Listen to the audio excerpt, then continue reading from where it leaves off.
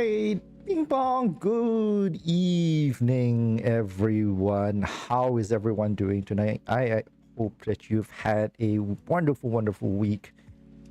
This is Bimji, aka Jared, and we are back again this week with a new episode of Geeks at Sea. With me this evening is the wonderful and ever so kind Sabine. Sabine, say hi to everybody. Hello. Yeah. Hello there. Yeah. Yeah. If you somehow stumble on, oh, sorry. Yes, go ahead first. No. So I was gonna say, name's not Sabine.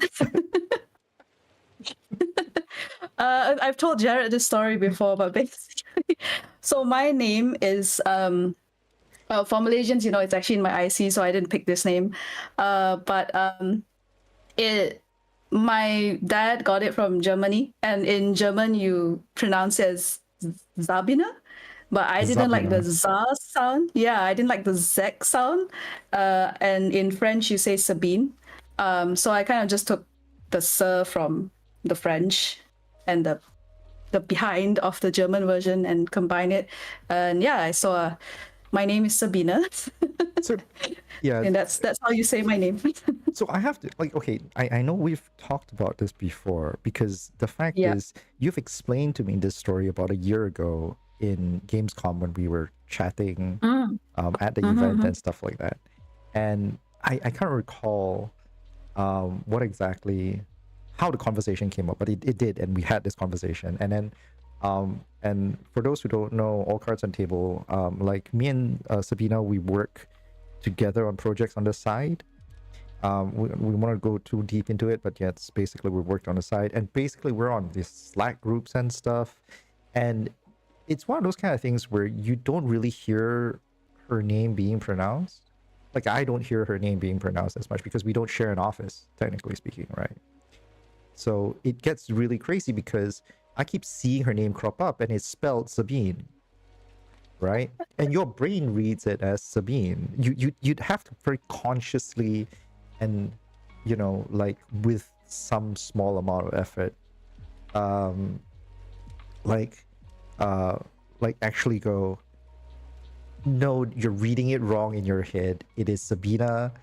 It is Sabina. It's a Sabina. It correct that thing in your head, and I don't. And so It's okay. so over the course, I'm not even joking. Like, this is the part where it gets a little crazy, right? Because at some point, my brain starts gaslighting myself. Because we have a colleague called Dan, and Dan actually pronounces your name right. Yes. Right? Like, Dan actually pronounces it Sabina. And he says it to me, and my brain actually is actually going like, wait, it sounds familiar. Am I wrong?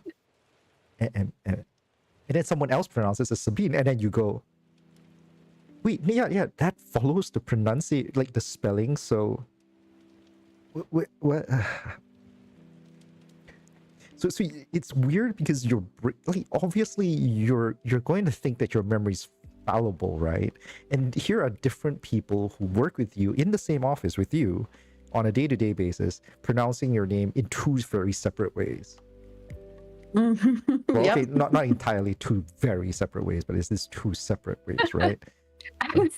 It's a few different ways, but like the common one is Sabine. Oh god. Yeah. Thank God. I've given up correcting people, so it's fine. No. No, Anyway, it's also like you said, right? Because we don't see each other often in person. We only work once a week in the office, so. Yeah, it is. It is unfortunately the obvious, one of the more rarer understood cons of work from home culture and all that, I suppose. Well, anyways, coming back, Sabina. Oh wait, I actually want to ask, since we're on the topic, before we run off from the topic too much, right? I probably should ask this one last time though, and because this is streamed, we will have video record on how this should be done. Okay. Is there a Z in the front or no Z? No Z. No Z. So it is pronounced with an S. Sabina. Sabina. Okay, cool. There we go. All right. And I want to emphasize also as well. Is it na or na? No. Na. Okay, there we go. So it's Sabina. Yes. There we go. All right. So for anyone else, whoever gets to know Sabina after this, like, this is your pronunciation guide for her name. I want to, like, that this should end it, hopefully. And I hope something like you can clip this and make it a thing. Like, it's just going to be a guide, right? I hope so. All right. Anyways, sorry, dumb segues aside, let's come back. So yeah, Sabina is someone I've got to know a little bit more through the course of working with her on the projects we've worked together on, and it's fascinating because all cards on the table. I started being very curious about having Sabina on the show, partially because she's had this very long and unique experience going through between like video production and video games, that like I really wanted to see what her journey was like, so a couple conversations later, and here we are.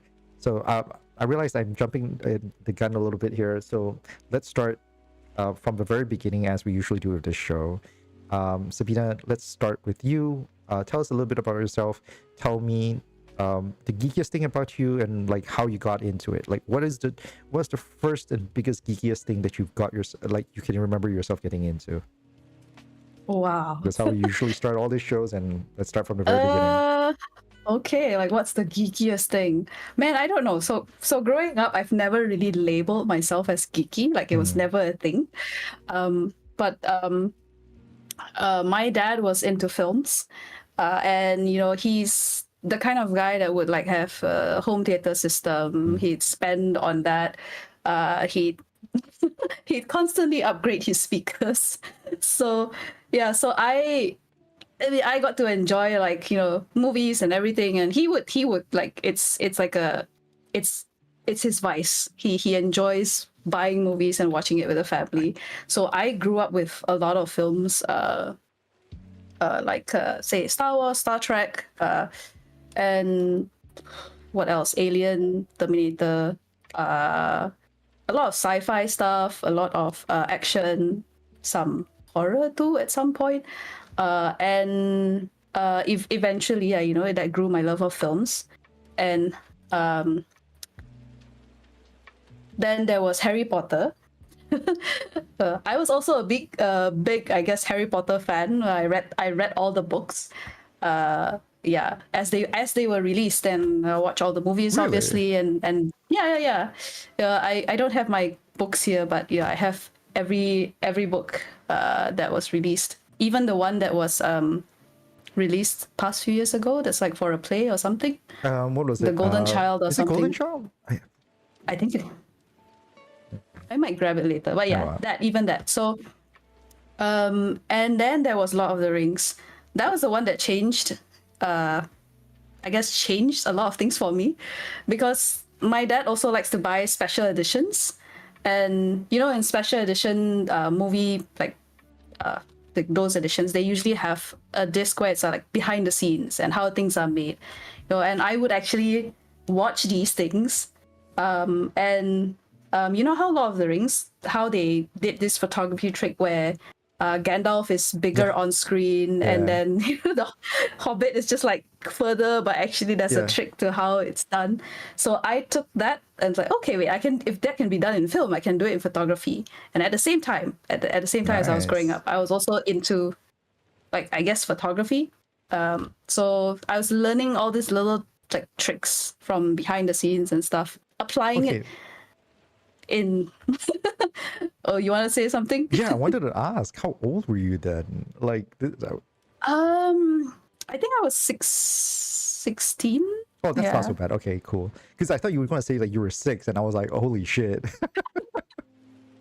No, when I was a kid, I was just reading a lot. I like to read the stories, like Humpty Dumpty, like those what do you call them, fairy tales.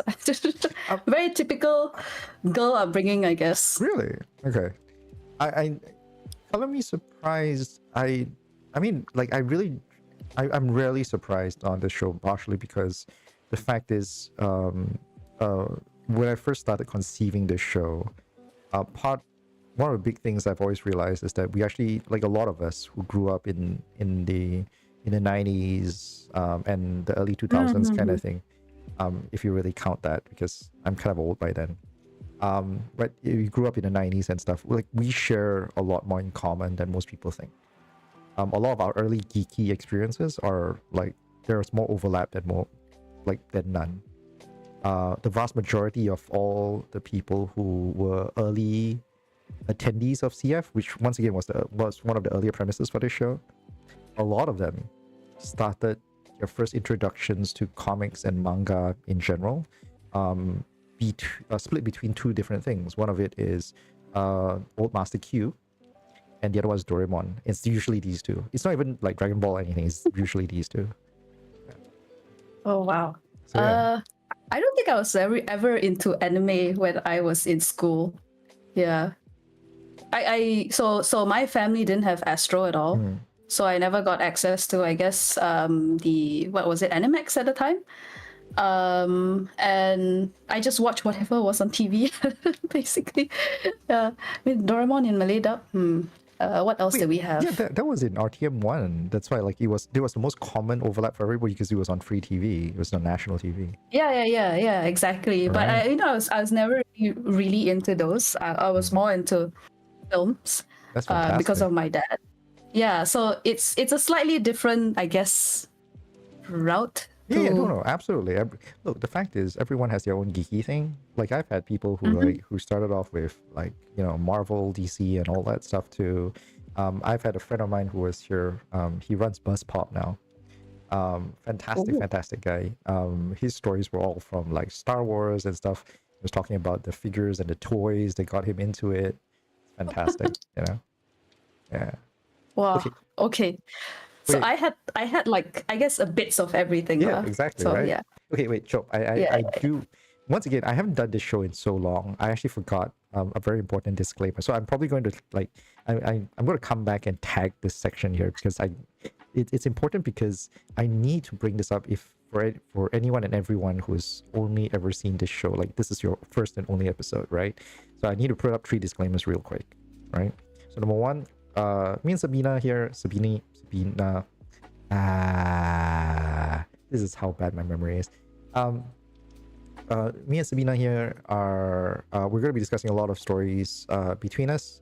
As though to just prove the point, we are people and our memories are going to be faulty. So please take everything we say with a huge grain of salt. Unless we bring up receipts, we are unreliable narrators of our own lives. So remember that. Point number 1. Proof. Point number 2. You're going to hear us talk about stuff that may or may not be involved when we are working, especially. So some of this may involve the organizations that we're a part of. Please understand that they are not representative of the opinions or the standpoints of the organizations we're a part of.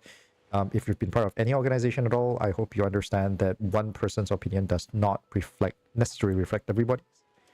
We may shape it and influence it, but we are not everything because we don't own the company. That's number 2, right? And then number 3, oh dang, I forgot my 3rd disclaimer. I can't help you there. Oh god, dang it. This is what happens when you haven't run a show in a very long time. I'll be honest with you, like, it's been so long that I'm genuinely nervous running the show again. All of this is uncut. We're here. Yeah. All of this is uncut, and for me at least, I value the uncut, but I hope you guys can understand and be really generous about, forgive the whole scuffness of this all. So yeah. Oh, and also I probably should add also as well, if any of you guys have questions for Sabina here, please feel free to put it in the comments or into the Google form I have linked beneath. The Google form I will only look at during the stream when it is live. So if you have questions, leave them in there. We'll try and get to them as much as we can. There was already a question earlier, but because we're naturally transiting towards it, you saw it. We just, we answered it along the way, so it's fine. Yeah? We'll try to get to it as much as we can, but keep in mind, we reserve the right to not answer any questions that we think are inappropriate lah. Okay. All right. So with all those disclaimers out of the way, let's continue. All right. So where were we? Yes, you mentioned that your dad was really into film. I wanted to ask actually one big thing. What was there one film that you and your dad shared in particular? Ooh. Shared in what way? Like both of us really liked? Or maybe it's just something that you guys like routinely, like you guys watched together often, like a ritual of some sort. Don't really think we have one in particular. Oh really? So we're both very different, I guess, watchers. He is, I think he's more of like you, where he can rewatch something again and again because he genuinely just enjoys watching, right? That's his hobby. But at some point it turned into I watch to learn and I watch to I guess the term is educate myself. And it didn't, so I tried to consume as many things as that I've never consumed before. So I tend to not repeat. And the only ones where I've actually repeated, I think, would really be Lord of the Rings. Really? Yeah. Have you like the extended one or just the normal like straight to film? The extended one. Extended one. So when we first watched Lord of the Rings was the normal one. Right. And then my dad eventually got the extended versions with the special edition behind the scenes stuff. So that was the one that I think I've watched like I think we're just talking about the first 3 films, by the way. So not counting the Hobbit. Not counting the Hobbit, yeah. I think I've watched that like probably not that many, but about 5 times each. That's still quite a lot. Like considering that the extended cut is about like 4 hours long each, right? Like that. Is it 4? Yeah, it's about 4 hours long each. So you're looking at like that's 12 hours for one full run, and like 5 times is equivalent to like 2.5 days. Like, yeah, like that's the bare minimum, by the way. And I'm quite sure I rounded down because I'm assuming that you just skip the credits. Like you're like, oh yeah, no, this is the last shot from the thing. I'm just gonna like not bother. Yeah. Next one. Yeah, let's just go to the next one, kind of thing. So yeah.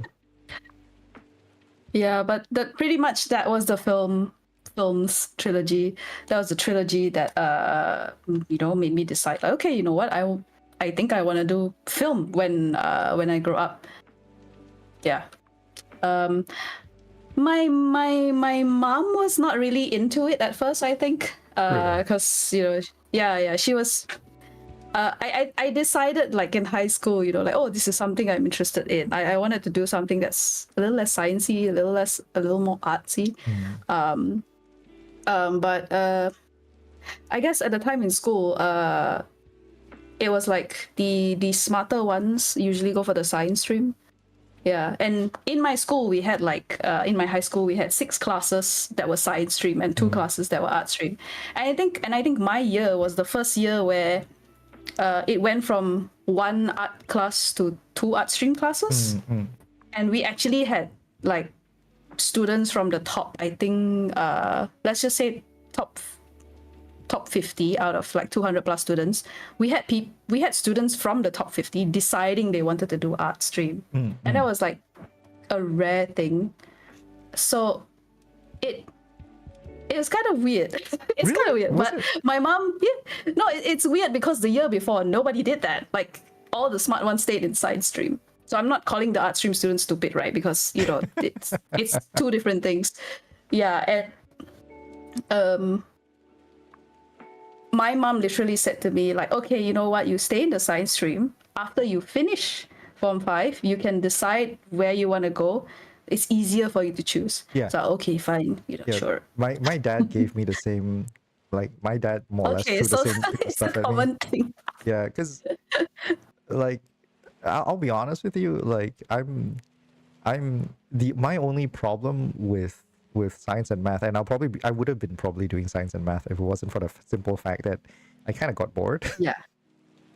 Like I was, and this is my problem, I'll be honest with you. So I like solving interesting problems, right? So one of the weirder things that I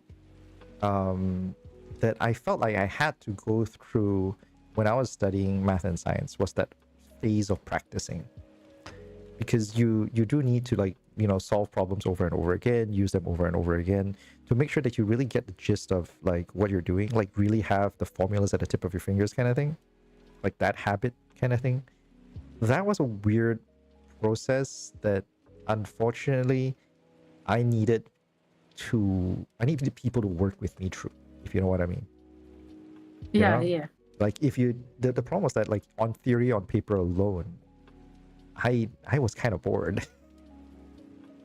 Because I understood everything that was going on. Like there was no, I need to put this into practice to really understand how it goes. You know what I mean? Like sometimes you go like, I think I roughly understand, and as you practice it becomes clearer and clearer in your head.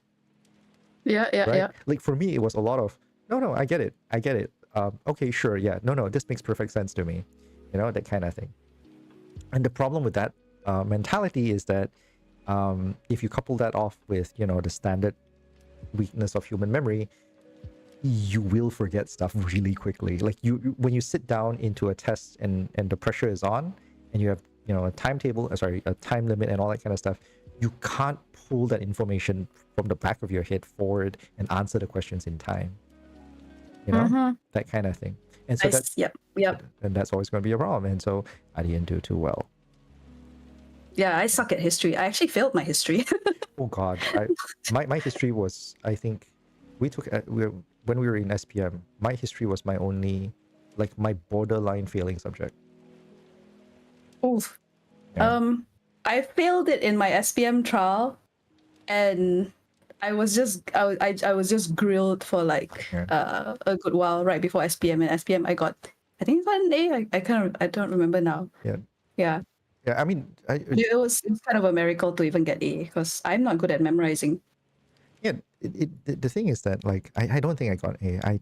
The standards for SPM is just so low, right? But like, it's one of those kind of cases where I remembered when I took my SPM, I walked out. Oh no, I didn't even walk out. I couldn't walk out. They didn't let me. They didn't let me walk out of the exam hall. I actually finished the paper like an hour ahead of time for my admats. Oh, okay, wait. And how much time was that again? It was like 3 hours plus. I think it's 3 hours plus, and I finished it in like 2.5. Did we get 3 hours? Plus. Damn, I actually don't remember that. It's admats. It's admats, so it's usually long. So yeah, I finished it an hour ahead of time. I did my checks. I got so bored I fell asleep on the table. And they wouldn't let me go because they literally said, like, you can only leave in the first 30 minutes or the last 30 minutes. You cannot leave like that early ahead of time. It's a rule. It's a rule, yeah. And I'm like, oh shit, I'm stuck. Yeah. But history, like, I was finished within like the first hour or so. I didn't know what else to write. I was just making stuff up because I was that bad at it. Hey, at math, the formulas are at the back of the paper. Yeah, I know. Anyways, so you clearly had your trouble with SPM and all that. Like, so what happened? Like, did that affect your path into film? Like, what did you study to get into film for you? Like, how's that path from your interest in film to getting into film? Yeah, I think it was also... Film was kind of a wish, but, as you grow up and the reality kind of sets in. So, before we get there, finished SPM. Then I had a choice of going to Form 6, which is, eventually taking STPM, or continuing continuing further studies, diploma or something. And I was basically like looking around for courses that will fit film. And I realized at the time there was only one, credible film course in Lim Kok Wing. Yeah. I mean, to be fair, it is Lim Kok Wing, unfortunately. Yeah. And I think most people come from that course back then, and at the same time I was like, okay, what is the film industry like in Malaysia? Probably not so great. LOL. not the kind of like film and media that I would want to get involved in. Not saying it's its own industry lah, right? So what I did was I then researched, like, okay, what course would be slightly more general for me to take, that I can just touch on different things related to media, and eventually I guess specialize in degree, because it was very clear from the beginning that my parents wanted to make sure I have a degree, so that's pretty set already. So I, at the same time, I didn't get straight A's in SPM, by the way. I'm not a straight A student. Neither did I. I only got 6 A's, so yeah. At the time I felt really disappointed myself, but hey. So I eventually saw that the S.E.A, the newspaper, they have something called S.E.A Scholarship, and they had like offers of like, here's the universities and here are the courses. So I basically looked through that. Lim Kok is in there with the film course, And then I looked for the others and just applied a few and see what I landed in. And I actually didn't hear back. I actually went to school for Form 6. I started, I think I was in Form 6 for like 3 weeks. I got selected as the head prefect for my school. And 1 week into that, I'm like, oh, sorry, I'm leaving, because I eventually got a scholarship from the S.E.A for a diploma in mass comm at KDU Penang. In KDU Penang. So you actually studied in Penang. You spent a significant amount of time studying in Penang. Yeah. So born and raised in Penang. Nice. I'm actually from the mainland. Penang Islanders might say that's not Penang, but anyway. But I lived on the mainland, and I studied on the island. So I was studying on the island since like my high school. So it wasn't like just in college. So yeah, and I was from St. George's Girls' School. It's at the time it was a premier school. I am not sure if it still is now. It's been a while. But it was pretty much like disclaimer lah. I don't know whether it's but it was one of the best schools in Penang lah, apparently. At the time. So anyone who graduates and anyone who's a prefect from the school normally gets like it is said that they get a lot of opportunities. Yeah, they get a lot of more opportunities. So there's a certain prestige or a certain reputation. So yeah, I guess that gave me the scholarship despite not being a straight A student. And they did tell me when I was there to receive the scholarship and sign the whatever stuff. They did say like usually these scholarships are given to students who cannot afford to further study. Mm-hmm. And I'm like, okay, but that's not me. It's like, because I'm pretty sure my parents can afford my further studies. And they just added that, but it's very hard for us to find anyone right now. So you got the spot. I'm like, oh, okay. Wait, what? Like, was nobody applying? I don't know. Okay, so I want to just do a quick segue here and like just plug general good life advice. You lose 100% of the games you don't play. Exactly. No, but I guess it's also accessibility, right? Would people who are poor at the time, internet wasn't really common, right, and all that, like, would they have access and would they know about these kind of things? And nowadays, I think it's less of a thing. Right, but that's actually, but what you're talking about is it's a very interesting fact when it comes to even just sort of general what's the word I'm looking for, like handouts, right? Like government handouts in general, right? Like it's a question of like, hey, I want to give you stuff, but I also want to know that, like you actually want it from me. So please come and apply it to me. But the problem with that, this very natural and very reasonable expectation is that people who don't get your newsletter wouldn't know, right?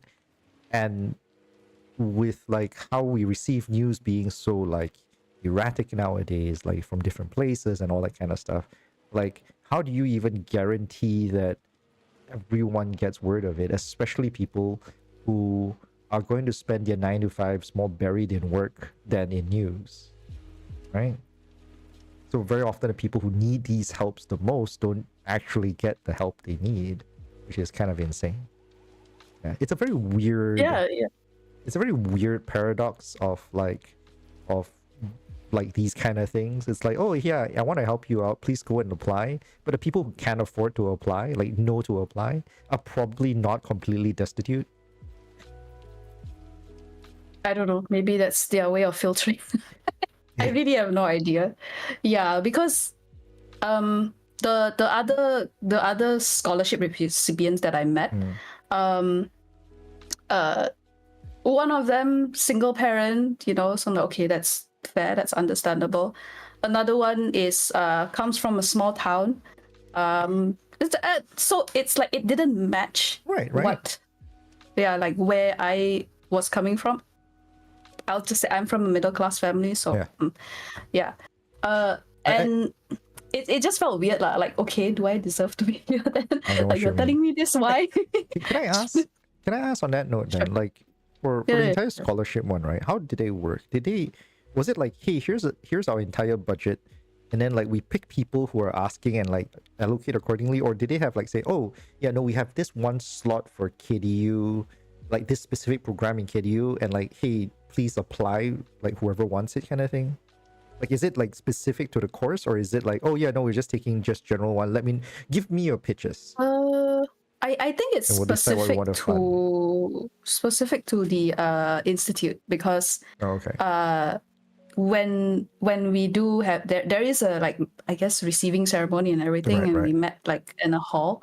So the people who were sitting like next to me were all like KDU star scholarship recipients. Right. Yeah. So basically the star themselves have like an arrangement with KDU and say, hey, do you want to, let's work together on a scholarship program. They hammer out some numbers and like, okay, let's start picking people to, send into your school and stuff like that. Is that roughly how it sounds? It sounds like it. So obviously I'm not privy to how they decide, and how maybe I should like get someone from KDU on, and like we'll have that answer like a couple of sessions down, because I do know some people in KDU. They're not in the Penang branch, by the way, but like we might be able to get some of them like on.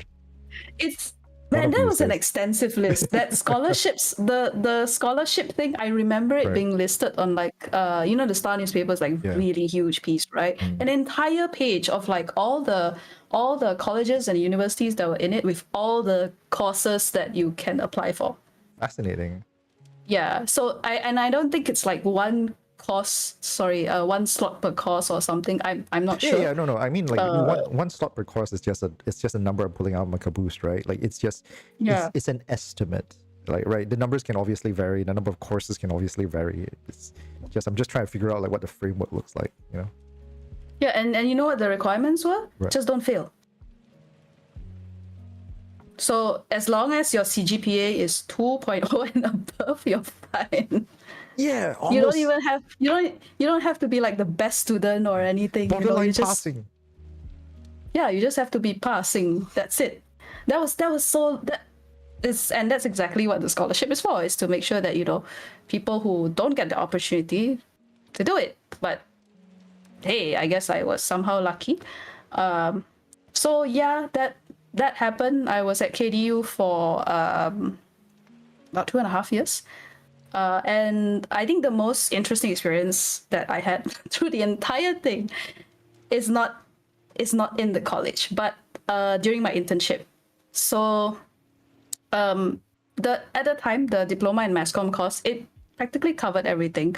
So I was studying journalism, photography, radio, TV, news, journalism in every form, by the way, like news, being a news anchor, being like publication, like printing your own newspaper, that kind of stuff, even like doing magazines, like basically anything that is PR, marketing, and I guess advertising. So production, head to toe kind of thing. Everything, basically. So you get a taste of everything, and I was like, okay, you know what, I still like film, but where would I go from here, right? Like in Malaysia, the most active one is TV, obviously. Right. There's live shows and whatnot. I mean, this was back in like what, 2000s? Giving away my age already. It's fine. 2012, 11, yeah. 2011, all right. Yeah, I mean 2011. Yeah, so I started my diploma 2008. Yeah. Right. So, but 2011's like the beginning years of like YouTube content generation kind of thing. It's not big yet, but it's the beginning of it, isn't it? No, it's not. Yep. It's around that. Yeah, it's still yeah. Infancy, right? It's YouTube's infancy. Very, very, very new, I think. Right.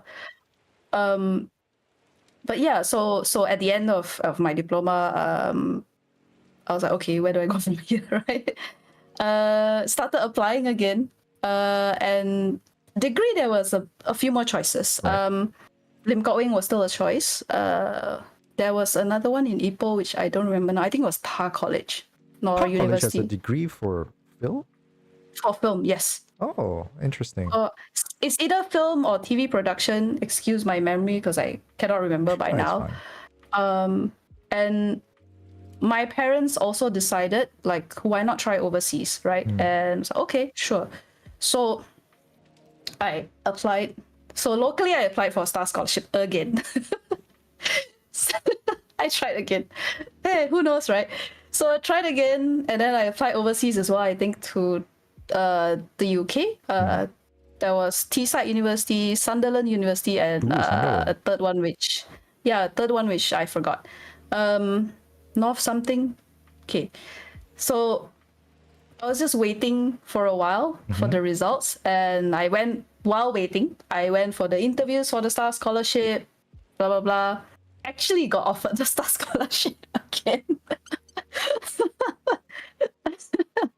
This I think it was for Ta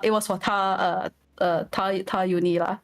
Was it the same thing again where they're like, oh yeah, we don't have that many applicants? Just I don't know. I really don't know. They didn't explain this time because all I got was the letter that you're being offered the scholarship, basically. Congratulations, here's money. But at the same time, I did get I got rejected by Sunderland. Sorry, not rejected. They offered me second year. They offered me second year, and then Teesside University is like, oh, you've done an internship in a production house. Oh yeah, I didn't tell you that, but story for later.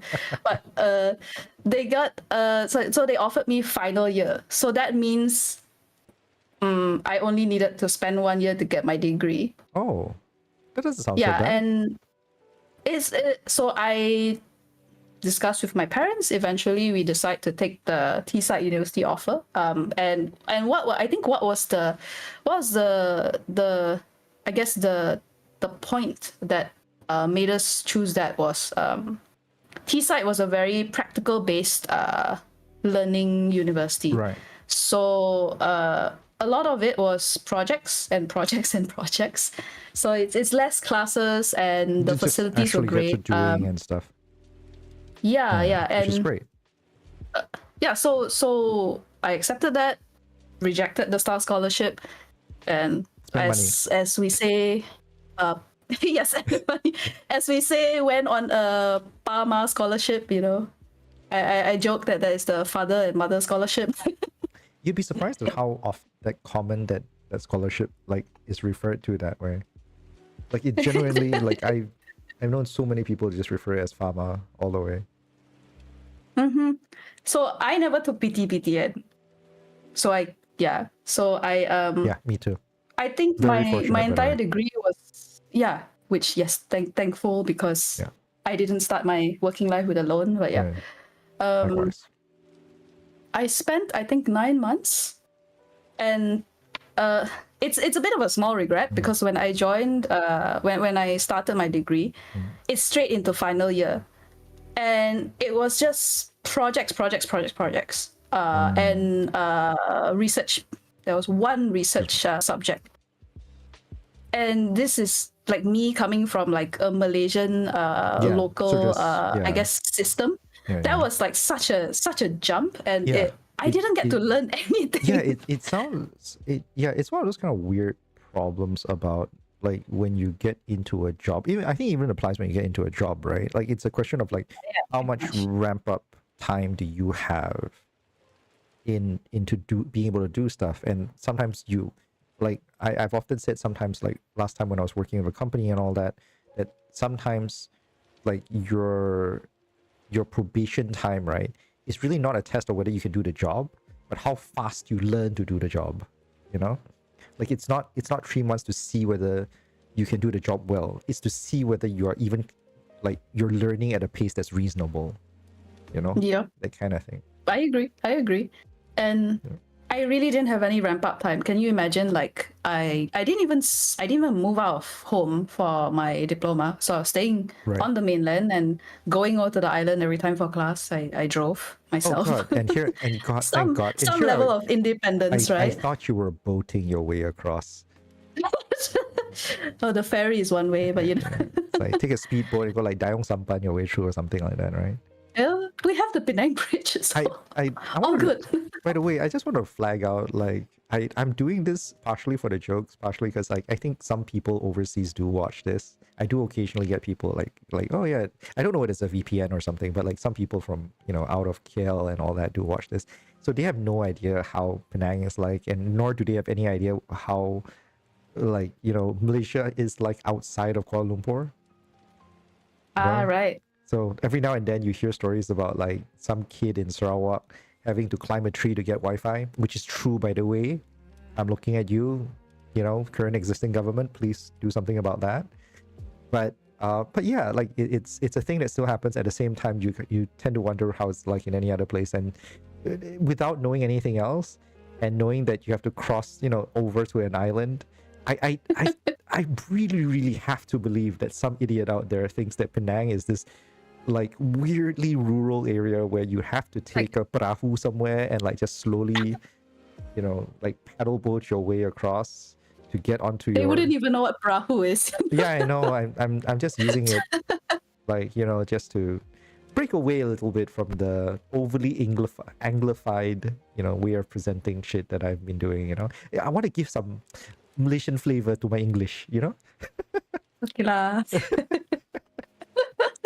But yes. Yeah, but yes, I drove across the Penang Bridge. I think at the time it was still like one of the longest bridges in Southeast Asia or something. Is it no longer? Is it no longer?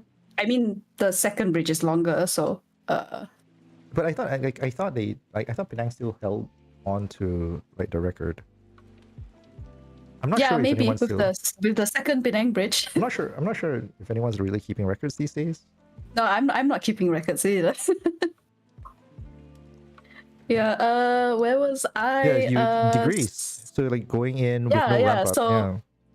So for somebody who has never stayed out of home, didn't even study out of state, you know, so I never had to be, I guess, as independent as other people when they further their studies. So it went from like that to I'm stuck in a different country. I suddenly have to share, you know, a house with people I don't know, and everything was basically on my own. Thankfully, I am pretty resourceful, I guess. So I could survive. But you know, the homesickness definitely kicks in. Like it was such a jump for me. Yeah, it was such a jump.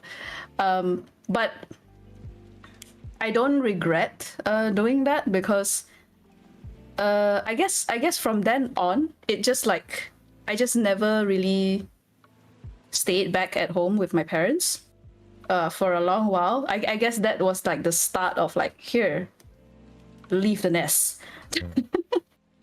Yeah, because in 9 months, just 9 months, not even 12, like 9 months, I finished my degree. I came home. Oh, by the way, my degree was in media production, TV media production. So it's very specific for TV. Like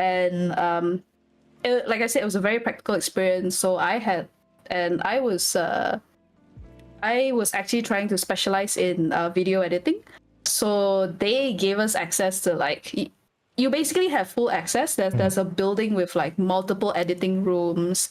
You get industry standard cameras, equipment. Yeah, so it was such an interesting experience because I don't think I would get that here as much.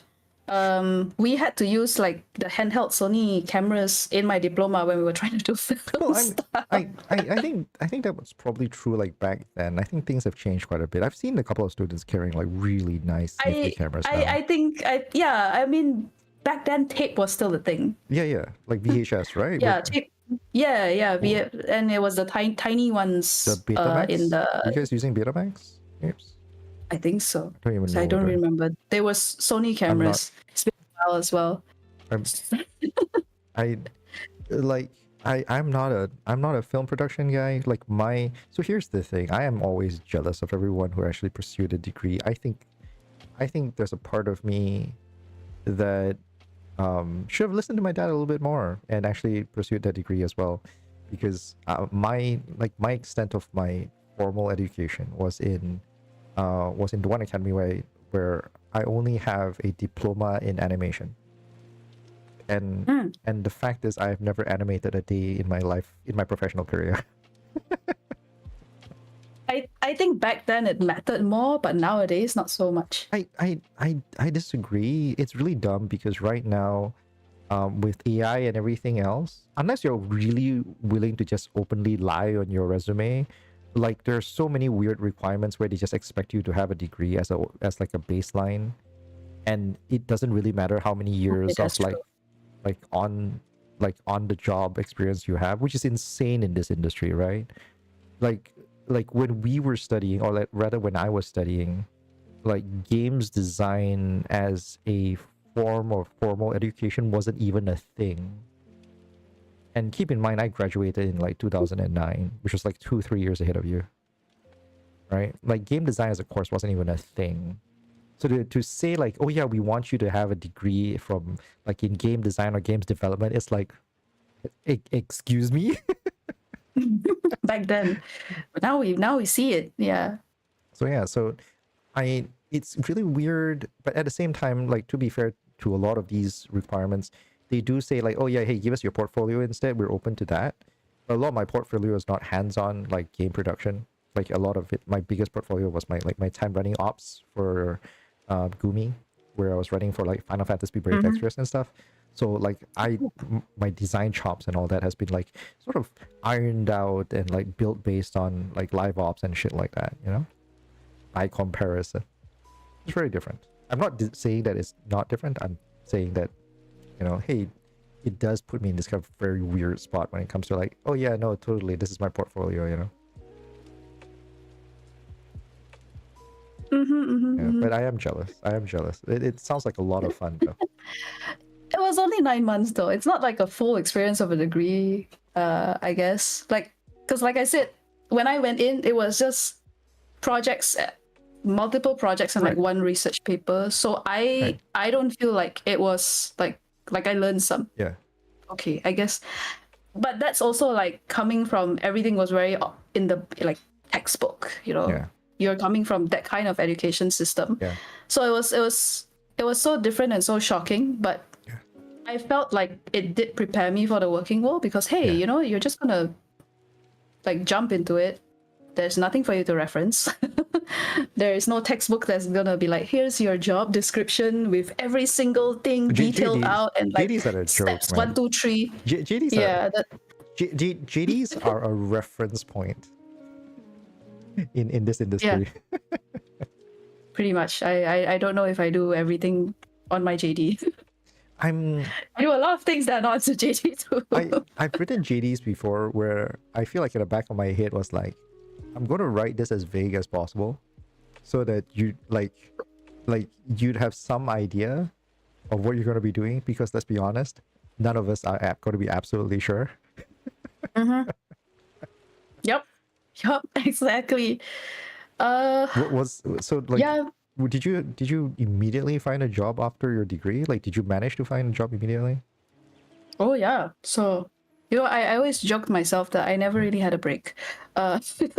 So I came home, took like, I think it was just 2 months. I came home in September of 2012. So I went to the UK sometime in 2011. By the time I came back, it was like September-ish. We started just applying for jobs and I didn't even wait. I got an offer pretty quickly. I got an offer from Media Prima with a show called The Breakfast Show on NTV7. Don't know if anyone's heard of it. I think I've watched that. It doesn't show anymore. It was cancelled. I mean, let's be honest here. After so many years, Media Prima itself is gone. It's still there. No, Still, I thought the building's they just closed. moved office. Oh, they just moved office? No, I thought... they moved. They moved. Oh, Yeah, they moved. So you're just no longer Yeah. at that building. So the building called Sri Pentas, that's like Yes. right next to One Utama. Yeah. Right. So that was my office for like 6 months. So okay. Which has closed recently, for anyone who's wondering. Like, that's why I Yes, brought recently. it up. Yeah. So they moved somewhere. I'm not sure where the new studio is. Yeah. After how many years? Like, what, 20 years plus? I think so. Yeah, I was alive when they first moved there. That's how old I am. Oh my god. I don't know because I'm not from KL. So I remember, and it's just 2 months. 2 months from when I came back. That's nice. Because I remember back in the day when like they were making such a big deal about them moving to Sri Pentas. Like I remember like back then we had this show called MHI, like Malaysia Hari Ini. And oh yeah. And it would start off show. and it would start off very happily saying like daripada Sri Pentas and all that kind of stuff.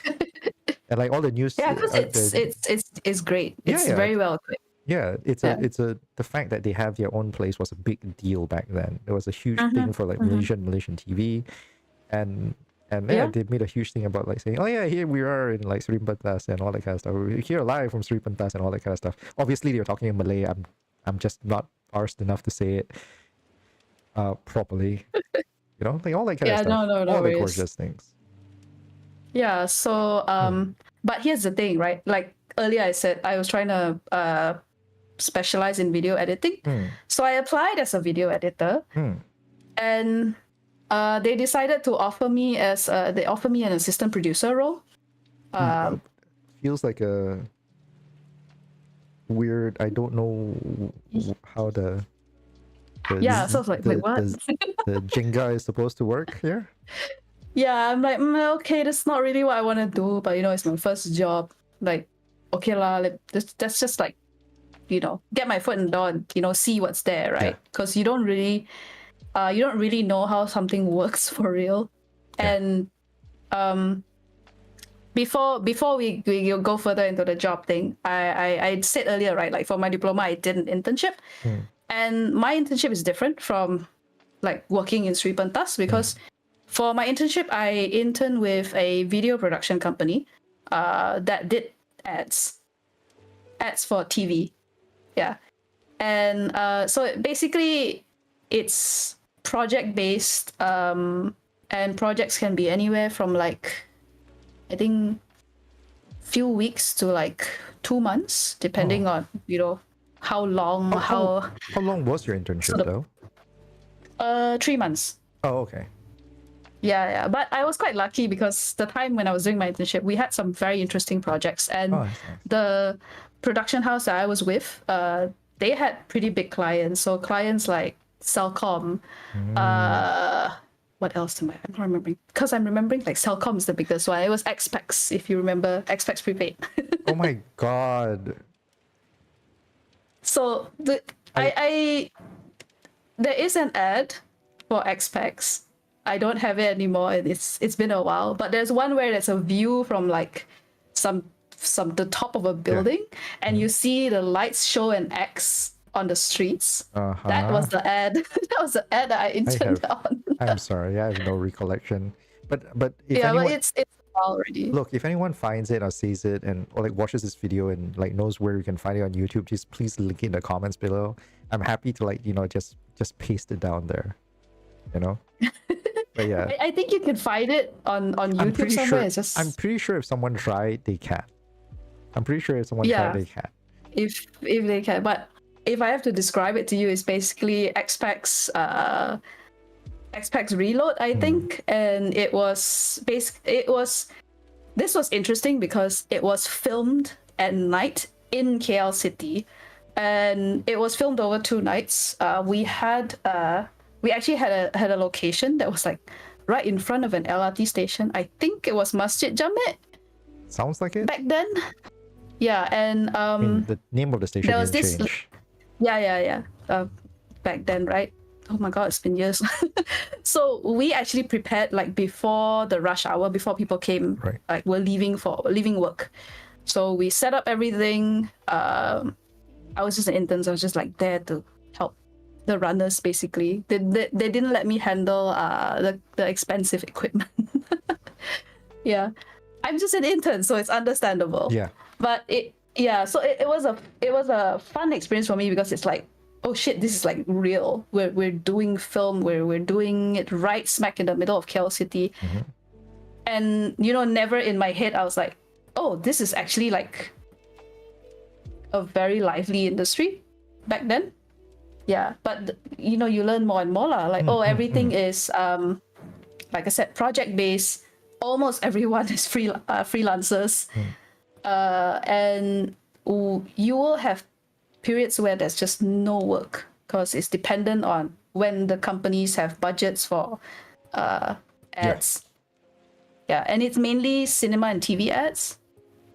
So back then and back now it's more internet. So you can kind of figure out like that dwindles. Yeah. So what I'm trying to say is like that was very eye-opening because I never realized that productions could be that big in Malaysia. And we had cranes and we had like big casts of acting talents. We had foreign talents as well. Really? We had two.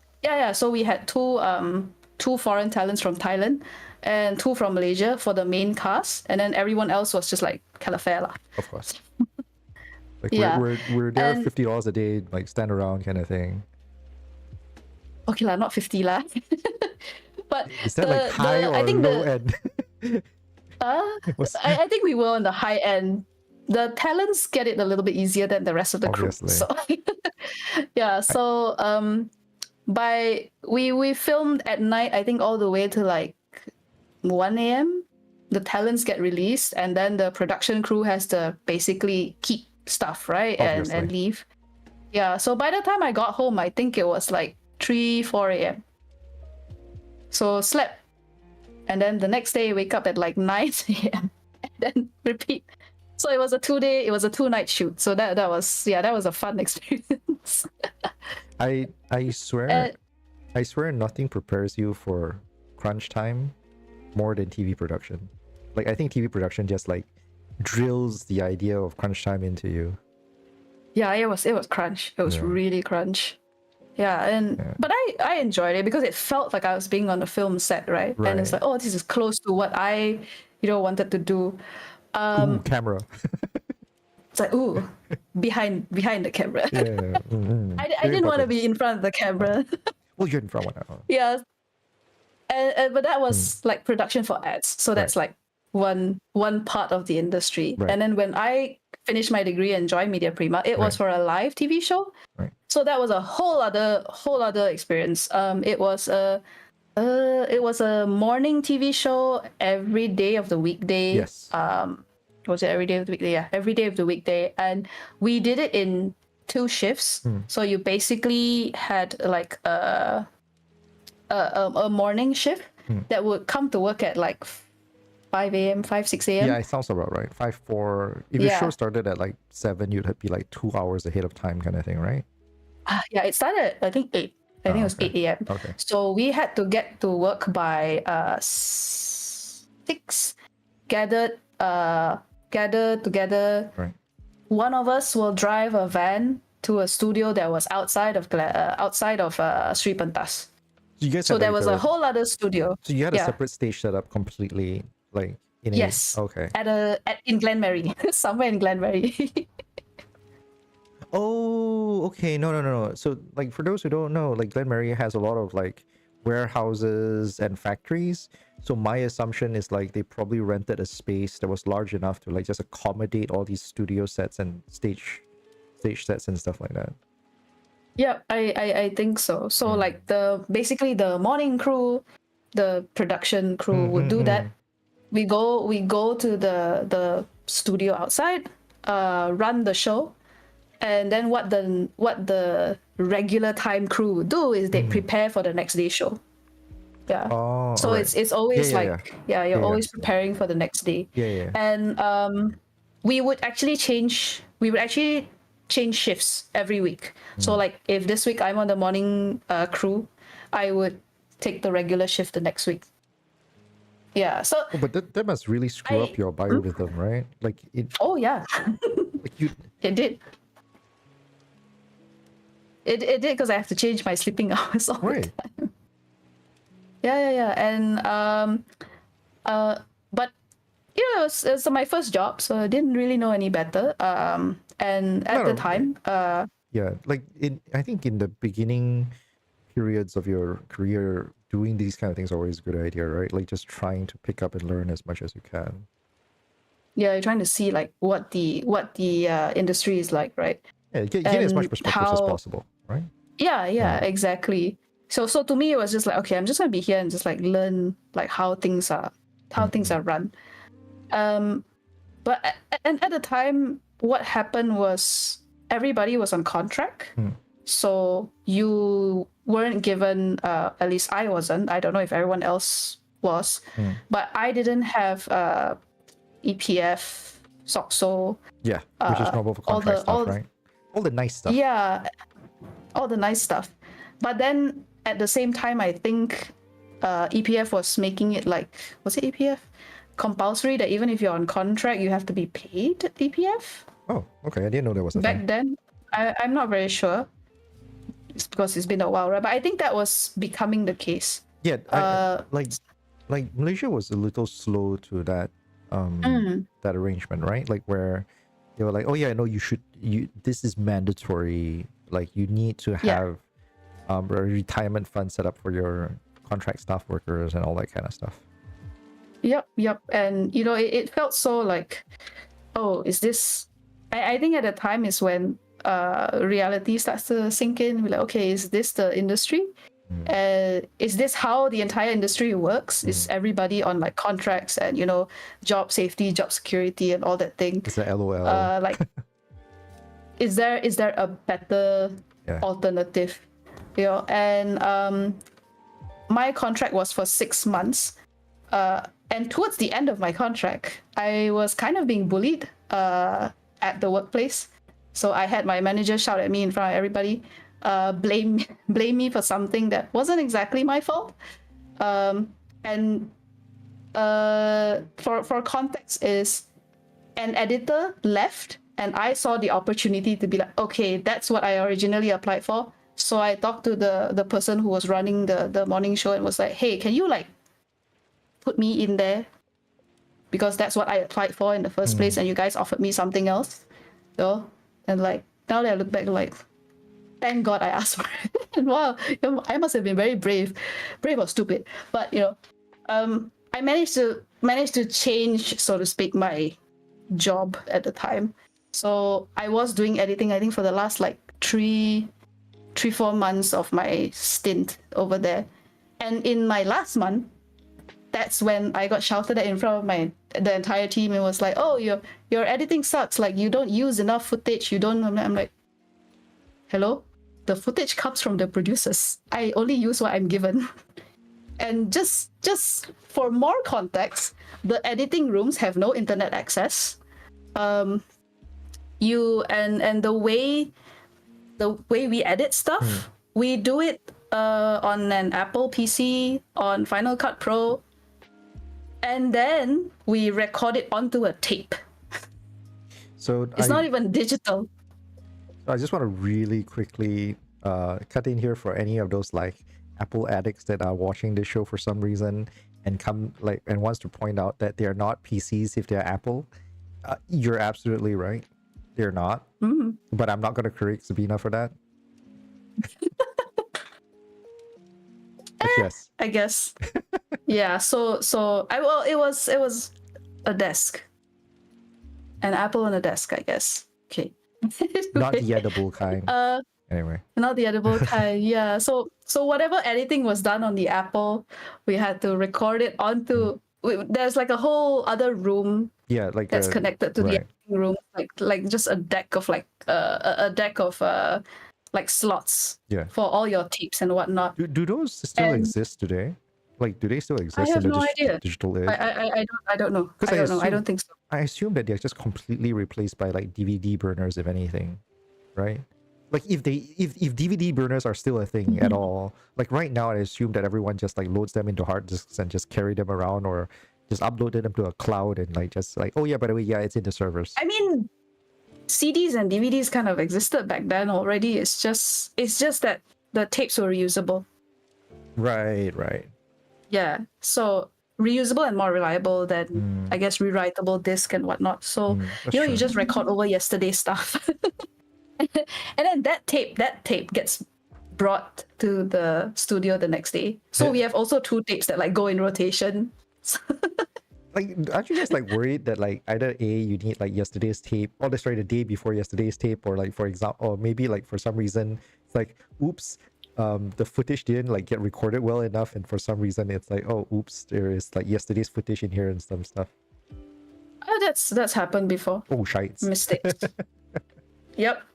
But you know, the live show, we have like I forgot what's the term, but we have like the person basically who operates like what gets shown on screen. And oh shit, I should know this. I suddenly can't remember, but let's move on.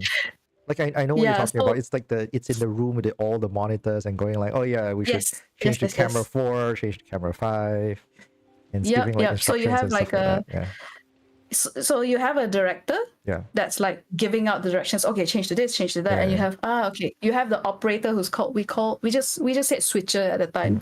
So I'm not sure if it's the correct term, but that's what was used.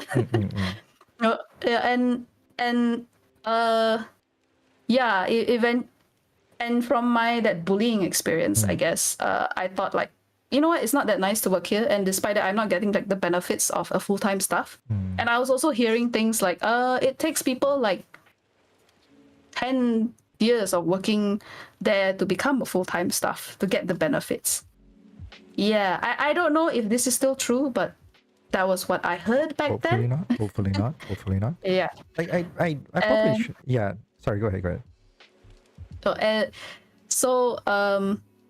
I even had the producers who were responsible for giving me the footage felt bad, and actually like, oh, here, please, here's more footage. You know, I was like, why don't you just admit to, you know, the manager that it was your fault, and I get the blame? Or is she being, or she or he, being, I guess, biased and deciding to take the anger out on me instead of the correct person? I do not know. And I was like, okay, never mind. So all this is like in the early 2010s kind of time, right?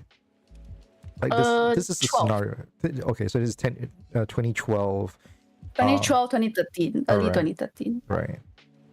Yeah. So in what defiance was that I had left in me, it was contract based, right? So I told the head of the show, I was like, I don't want to renew my contract. And I was told, please write your resignation letter. I was like, what resignation letter? It's like, it's just a contract, right? Like English semantics, okay, whatever. So I stubbornly wrote a letter of resignation by saying I am not renewing my contract instead of I am resigning. Yeah. So I don't know, I was a bit like, I guess, anal about the language being used. No, but I think that's reasonable, right? So yeah. So no, please. I remember handing it in. And the manager read it and was like, oh, okay, and just accepted it. Yeah. I was pretty lucky. Like, okay, no drama after that. Wait, were you expecting drama? I was expecting drama. Okay. What sort of drama were you expecting when you were like, oh no, you can't quit, and like, oh no, you can't quit, I'm firing you, whatever else there is? Is that like that kind of stuff, or what were you expecting? I think I was expecting like some sort of gaslighting, or like, you know, it's difficult to find a job out there. Oh, like that whole emo play kind of thing. Yeah, like like, yeah, this is the norm in the industry, you should understand, like that kind of thing. Like, nah, it's okay. So I was quite lucky. That I had somehow had a connection that was working in basically my college senior's brother was working for a production house, a post-production house, that it's outside lah. Basically, Media Prima is one of their clients. So I was like, okay, you know what? Let me just try, and I applied lah. So I applied. I said, hey, I want to be an editor, but I was told by the boss like, actually, I think you're more suitable to be a producer. I was like, oh, okay, sure. Getting shoved Whatever into lah. that role, I just yeah. So that's, I didn't end up being a producer because I wanted to. It's just how it came about. And I asked, why do you say that? It's like, oh, because you have good English. And like, is that all? Is it just because of my language or what? And they didn't really explain much. They say like, you just come and try. You might like it more than... It's a vibe thing. I don't know. I guess. A vibe. And for sure, it's a vibe. So yeah, I secured that job, by the way, before I handed in my resignation. So yeah, so left Media Prima, worked for the production house. I was there for quite a while. I was there for like 2 years, 9 months, I think. Yeah, and I actually really enjoyed my time there because the boss, the boss, I think is one of the best bosses I've ever had.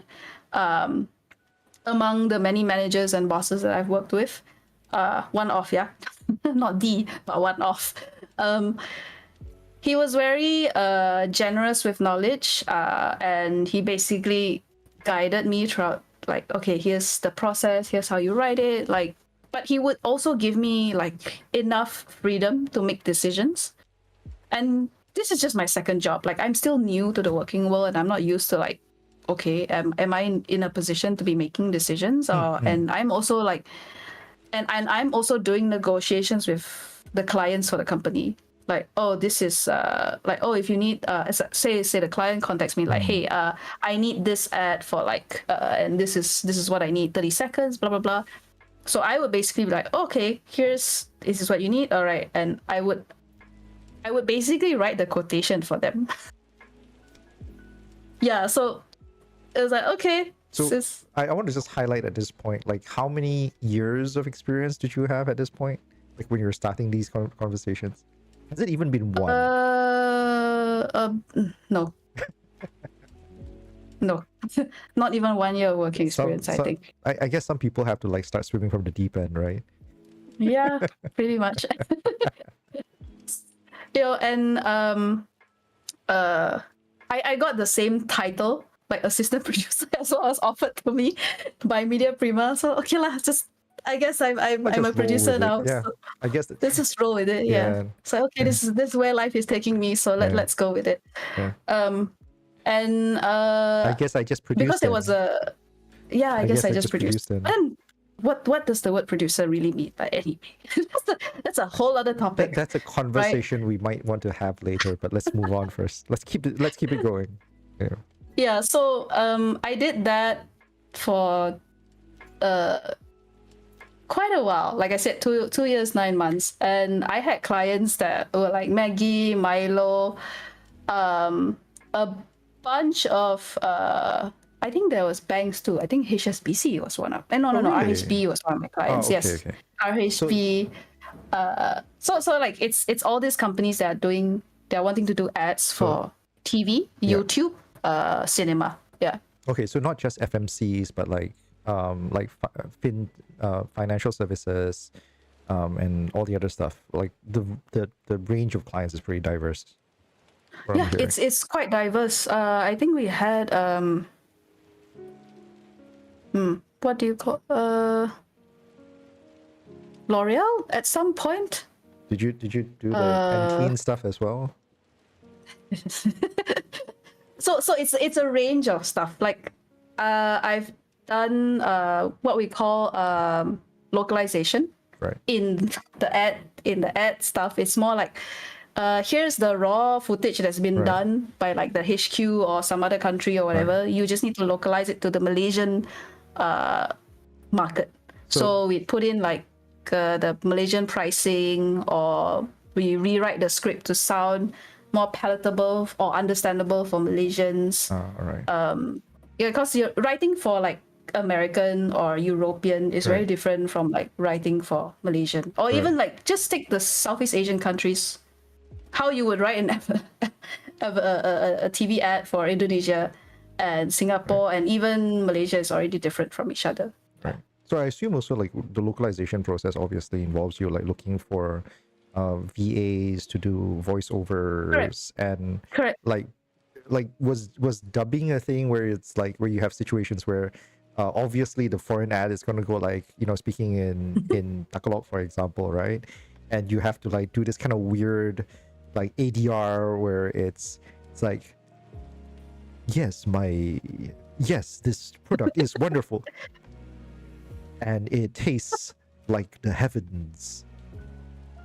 So whatever was voiced in so it's more to do with I think there's like two things, right? One is to localize it for the market, and second is also more of a licensing and rights thing.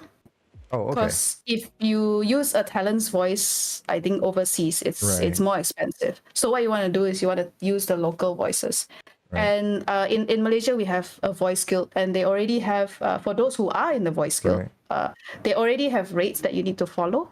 So it's very standardized and very like, I guess, systemized already. Of course. But yeah, I mean, for them. So I guess what I'm asking is like for those where you're getting one where like you're getting an Indian ad, for example, right? And obviously all the dialogues in India, but they didn't want to reshoot the whole ad. They just want to reuse the same thing and you have to do ADR for it.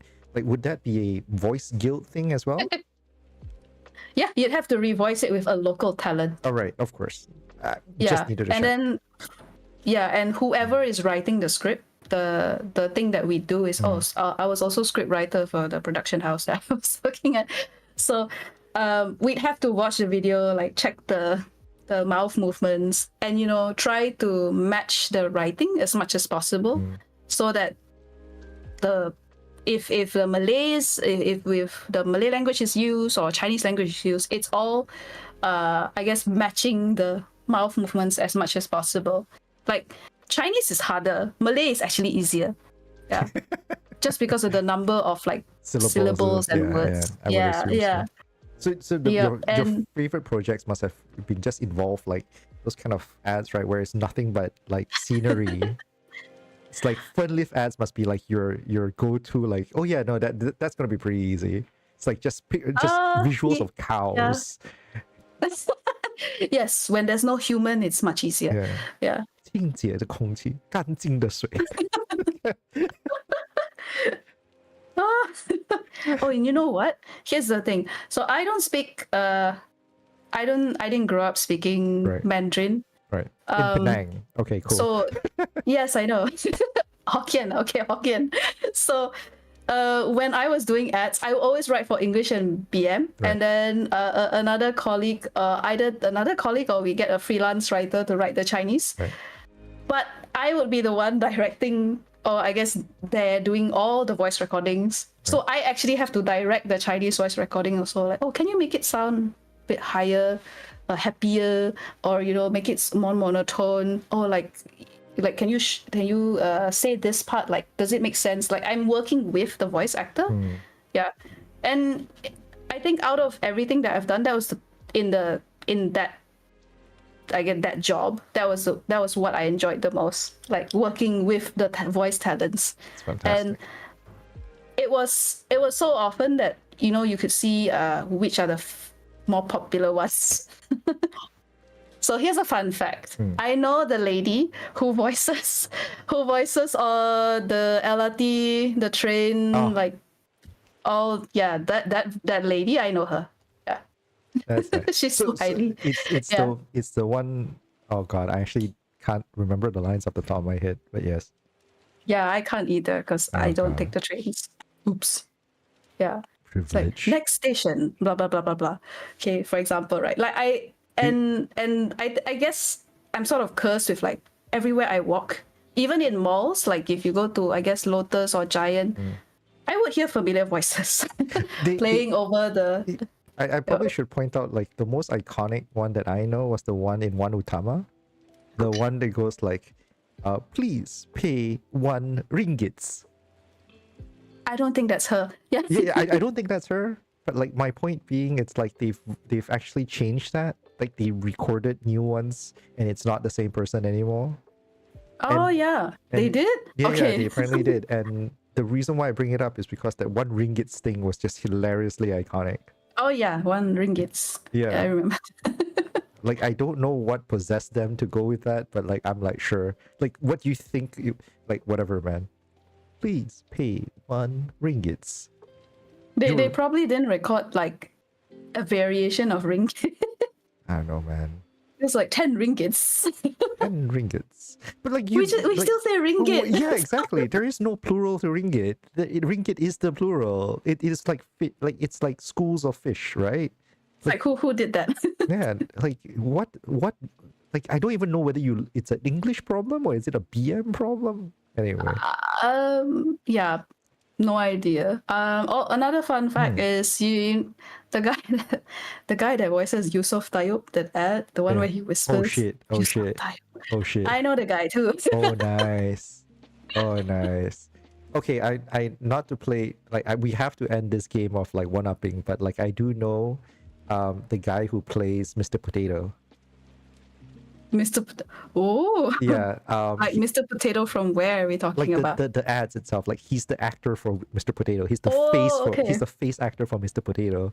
And when I met him, I couldn't recognize him. It was hilarious. My friend kept telling me that he was Mr. Potato. I did not believe him until he pulled the ad, and then I was like, holy shit, that really is him. Oh my god. And actually, through that job, that was also how I got to know Bones. That's cool. Voiced for Zook on NSR. Oops, plug. But yeah, I got to know him then. Yeah. I got to know Bones then. By the way, guys, go play NSR. It's fantastic. Also, disclaimer, I didn't work on it. Yeah, like I worked a little bit on it, and I will tell you that like the Encore edition is much better. I played it when it first came out. I think there were patches in between, but the Encore edition like feels just so much better than the version that when I was first playing. Like I'll be honest, all cards on the table, I had my fair share of criticisms against NSR internally. I've never openly voiced it because, you know, it's not great. But enough time has passed. And the Encore edition was just so much more shinier. Like if the Encore edition came out, I would have said, like I would have a lot, like I would have nothing truly bad to say. You know, that kind of thing. There's a gap. I feel like I need to be honest about that. Yeah, so you're always critical of what you worked on. I am most critical. I am ridiculously critical. But like this is also to the team, because there's a lot of stuff that I didn't work on, obviously, right? But like to the team, like the fact is we should recognize that there are limitations within, you know, scheduling, whatever else that we do. And I know this is a aside from your story. But like to the team who's watching, because they're going to be supporting you and they're going to be here with you and all that kind of stuff. I do want to flag, like I just want to raise up, like great work, like figuring out what needed to be done for the Encore edition. You know, like yeah, some stuff might have happened, but like you guys made up for it in droves, and I think that's where credit really is due. You know? Yeah. Anyways. It's amazing that the game even came out. Yeah, to be honest, like any game comes out and gets released, it's a miracle. It absolutely is. So I'm very critical of all games that come out because it is partially my learning process, right? Like that's how I insist on myself, you know, like being, you know, how I get myself to become better and all that kind of stuff. That's the standards that I carry for myself, you know. I often tell people, you don't have to live by my standards, but know that they are going to be standards. You know? Yeah, but like I think what I was gonna say was like it's crazy that teams nowadays are so willing to update their games, and you can see the difference between what is essentially a passion project versus a game that the team has sort of like, oh, I'm done with it kind of thing. You know what I mean? Like I know it sounds a bit crazy, but like you can see this across ones. Like so Metronomik obviously did for NSR. and but a very notable one, and I think something that is really insane to just think about, right, is like how bigger companies can in theory do it too, and Larian's going to be your best example of this. Like till today, the game's out like what, a year plus by now. I don't know how long already by now. Actually, I'm not keeping count. But like they're still releasing updates for Baldur's Gate 3. Like, and these are same for Cyberpunk, Stardew Valley. Oh yeah. But no. What? Yeah. Well, now to be fair, and I know once again this is a huge segue, right? To be fair, Cyberpunk is because they kind of dropped the ball when they first released it. It was just incredibly dropping the ball kind of thing, right? Like they set up the expectations so high, dropped the ball so low. Larian released Baldur's Gate and it was like, oh yeah, no, this is great. Like they've earned billions from it, and it was just great. And they're going like, they didn't just take their money and run. They just went like, or you know, some other people go like, oh yeah, I'm just gonna take the money and build the next big game, right? No, Larian just basically said like, thank you very much for liking our game so much. Here's more of the game. And if you give it to any other production company, they would have like just said, yeah, we're going to produce all of this and turn into a DLC that you have to pay like, I don't know, $5 or $10 for. Probably. And I will tell you, everyone would have been happy to give Larian that money. For the amount of stuff they kick out, everyone would have been happy to give them that money, right? I mean, you know, because the quality at release, it's insane, right? Yeah. So yeah, exactly, everyone would be happy to give them money. No, Larian said, no, you can have it for free. Go ahead. Everyone went crazy.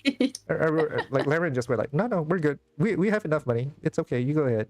We're good. Yeah. Speaking of money, so speaking of money, after I guess almost 3 years working at that company, I'm like, I'm not really getting anywhere. Was it because of money? Was it because of money? Partially because of money. So I didn't even hit like 3K. Oh, shite. Back then. As a producer? Yeah, so assistant producer, but yeah. It took me a while to even get to, like, I think I was at 2.9, almost 3. I think like this was, once again, this is mid 2010s by this point. Yes, mid 2010s, correct. Yeah, so I think the average, for context, I think the average degree holder fresh grad at that point would be about 3K. That was what the cited one is, I think. Yes. I mean, just also like I don't know whether it like got to my head or something, but I was also a foreign graduate. Like I overseas graduate. Yeah, so it's like some level accounts for it. I'm not saying so I'm like, okay, why am I stuck here? I'm not saying it's totally fair, but I'm also saying that, you know, hey, it may account for something. Yeah, it may account for something, but and it feels like it's so long to even like push past, right? So I was not really looking. I was just like, okay, you know, how like what's my next step, kind of like just starting to think about it. And then I got contacted by a headhunter. So, so I was headhunted for my next role, I was like, it was a funny interview process because I interviewed with the headhunter first, and then I passed, and then got put through to, I guess, so this was me jumping from the production house that made ads to Bloomberg TV Malaysia. Bloomberg TV. Oh, fascinating. Yeah, so I know it sounds like, ooh, Bloomberg. I mean, let me explain. So let me explain. Okay. The name sounds big. But it is a local entity that actually paid Bloomberg for the license to call themselves Bloomberg. They're not really Bloomberg, right? But it was basically a crew. A crew was being hired, and they were expanding to go live. So when I joined, when I was headhunted, so I interviewed a headhunter, and then I was interviewed by basically the owner of the channel. I guess the investor or the general manager. No, sorry, the person who put the money, basically. Yeah, it's basically an investor, right? Yeah, so the investor. So I got through, I got in. And at the time when I joined, it wasn't even live yet. They were just doing practice runs. Yeah. I was basically hired to do ads for the segment. So that crew specifically, they were only going live for 1 hour every weekday. From I think 5 to was it 4 to 5 or 5 to 6, one of these hours lah. And that was all they did, right? So and in between every, like, there's always, it's TV, so there's always gonna be like ad breaks in between. Yeah. So I was basically brought in to make ads, but because we weren't live yet, there was nothing I could do. And they wanted to make like internal content, like, oh, here's like the Chinese New Year greeting, or right, those little, like, tags and stuff like that, right? Yeah, so that was like my responsibility, or at least that was what I thought. So I joined. I got put under a producer who basically goes out of the studio, when like a product release or like some service is released, and you as a media, you go and you cover this news. Yeah. So it's like very low, like very soft news kind of thing, right? Like, kinda, yeah. So yeah, today we're at the opening of this water park. Diarrhea is everywhere. No, we don't even appear in front of the camera. We just basically go there, get the news, get the information, whether there's any like documents that we're given. Right.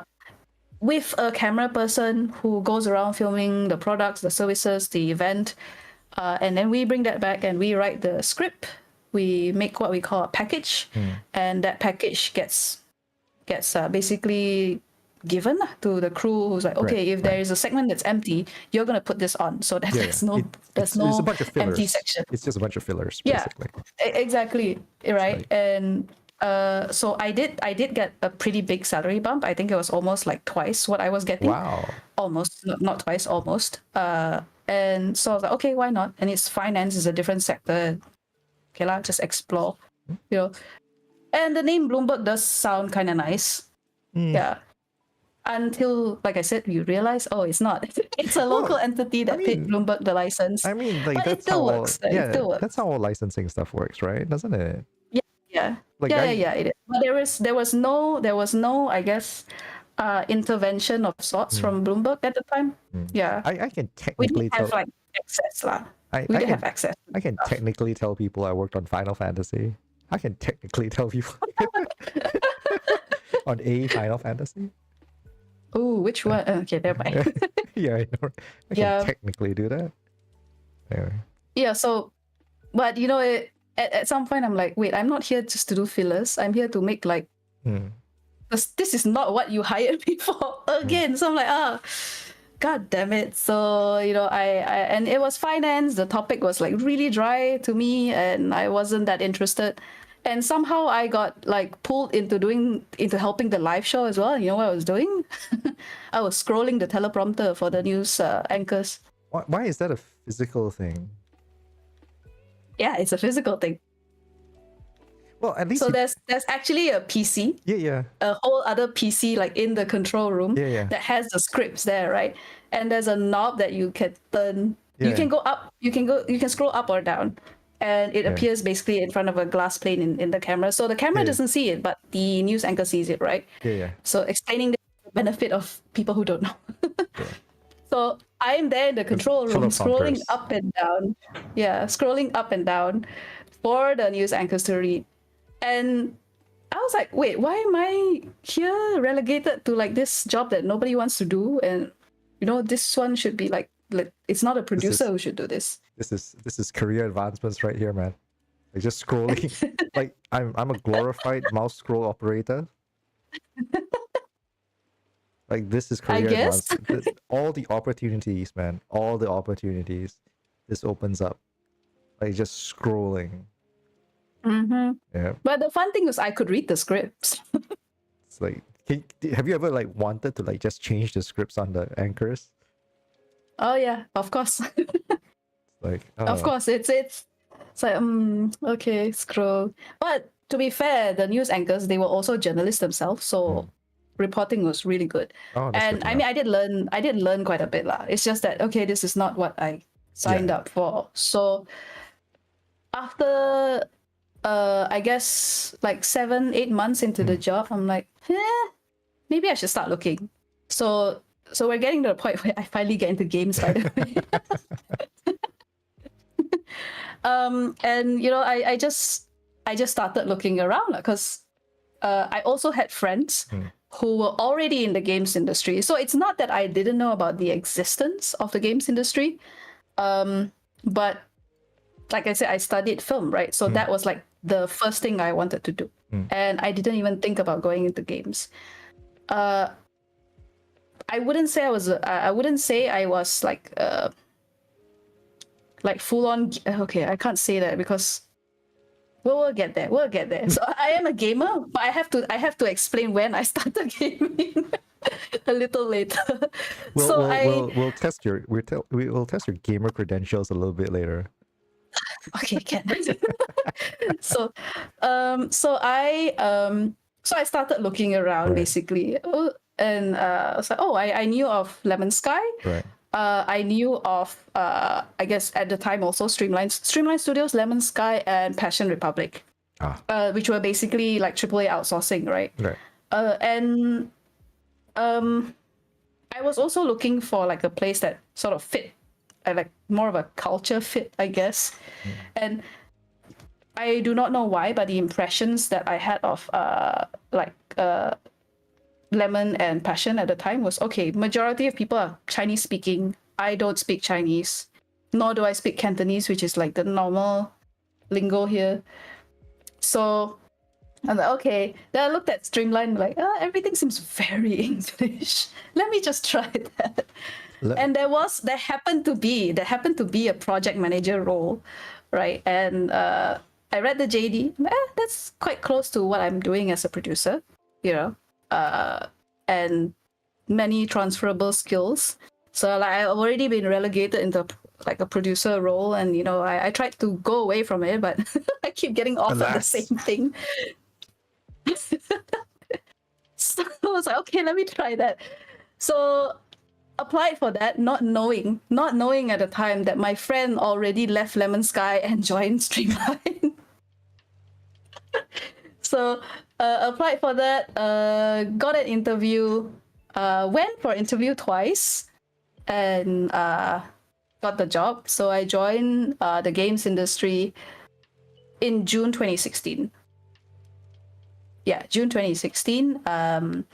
And it was I think I stayed there for like close to 7 years. Yeah. Oh. So you're coming up. But yeah. I was going to say, like, you're coming up to your 10th year in the industry now. Yes. Coming up. We're this close. We're this close to your 10th year in the industry. This close. Yeah. So this is sort of an anniversary stream almost, isn't it? Almost. Oh, we'll get to that a little bit. I think like we've got like 2-3 weeks before the anniversary. Sounds about right. That's how this is supposed to work, right? That sounds about right. Yeah. So okay. Yeah, so that's how I went like from video to video games. Fascinating. All right. Let's keep the ball rolling on that one. So how was so you went into Streamline. It does sound like when you went into Streamline, it was sort of kind of, I don't want to say jaded, but it was one of those kind of things where it feels like, oh, hey, we've been doing ads for a while, you've not touched on TV, and it almost feels like there's a degree of stagnation at that point, and you're like, oh, let's try something else. And was that the headspace that you were in? Yeah, kind of. I think it felt a bit like a quarter life crisis. It's like, is this all there is to like this industry that I'm in? Like, is this, is there anything more? And is there, like, I don't know what was more. It just felt like, do I want to be doing this like for the next 5-10 years? Yeah, at the time. Yeah, like I get it. Yeah. Like believe it or not, like I was talking about earlier about how I sort of stepped away from math and stuff like that, right? And one of the weird things was like, because I took double math in A levels, and like one of the big questions I was asking myself, and which is very strangely similar to yours, was that I asked myself, hey, I like this, I kind of like this, and yes, I do like math. like, but do I see myself being able to do this 5 years from now, 10 years from now, and all that kind of stuff, you know? And you're like, I don't think I can stand 5 years, let alone 10 of this, you know, that kind of thing. And obviously the questions here is like, oh, but what if you can't see the full picture and all that kind of stuff? I'll be honest with you, if I pursued a career in math, I don't think it would have been any different. I think I would relate like lecturing at the most. which all things considered would have been a very stable career, but at the same time it's like lecturing in math. I think I would have made a half decent. Might be fun. No, I've tutored at the time. Like at the time I've tutored math myself, and I enjoy teaching for what it's worth. I do, I really do, because I think not only am I good at teaching stuff that I know, I often would help. Like I'm really dynamic about my approaches. I tend to be able to go, oh yeah, hey, if you don't get it this way, let me try and frame it another way so you can start trying and see whether you can get it this other way, kind of thing. So there's always one of those kind of things where I bring to my students, and a lot of them have gone like, hey, why didn't you explain it this way? I'm like, I didn't know you didn't understand it the first way. You know, that kind of thing. And I'm like it's like there's no way I could tell, you know, until you said something. Yeah. You know? So it's one of those kind of things. Yeah. So anyway, but exactly that, right? Like it's the fact that you look back and you go like, oh yeah, I don't think I can do this 5 to 10 years or like, you know, down the line. Let's go try and do something else. Yeah, and I think like one of the biggest reasons was also there was somebody else, like before I joined Bloomberg, when I was at the production company, right? There was somebody who there was a producer, and this producer has been there for like 10 years and still there, by the way. In Bloomberg? Yeah, still there. So I'm like, salute. No, before Bloomberg. Doing ads. Yeah, doing ads. So I'm like, salute to that producer, because you stuck with that for like a really long time. And you know, so I had an example of like, okay, if I stay, that's how it's gonna look like. That's how it's gonna look like. And for me, it felt like, oh, it's pretty much the same. I mean, it is stable in some ways, but you know, let's just say it didn't push, I guess, what it didn't push the limits of what I think would be creative and like all that kind. Because I understand. When you talk about the local stuff that we put out, it's very much dictated by censorship, right? And Malaysian censorship is a thing. You cannot spark anything that's like racial, political, religion. Like you don't touch any of these. Yeah. I know. Once again, this is very much a segue, but I don't know whether you know. There was a long time ago a series of ads that came out, supposedly meant to criticize Malaysian censorship, and there's this one ad in particular which I remember being described to me very well, and I think you can find it on YouTube, because I can't remember because I felt like I've seen it before, but I can't remember where I've seen it. And it goes basically like, you see this black and white scene where husband and wife is by the side of their house, and it's one of those zinc roof kampong houses. So the husband is up a ladder, he's up there repairing the roof. Oh wait, yeah, I remember. This is really iconic, because if you're in the film, you would know this one. Yes. And I know this one. And the husband has a hammer down on the ground, or so he drops his hammer or something. I can't remember exactly how, but he's like, sayang, can you please pass me the hammer?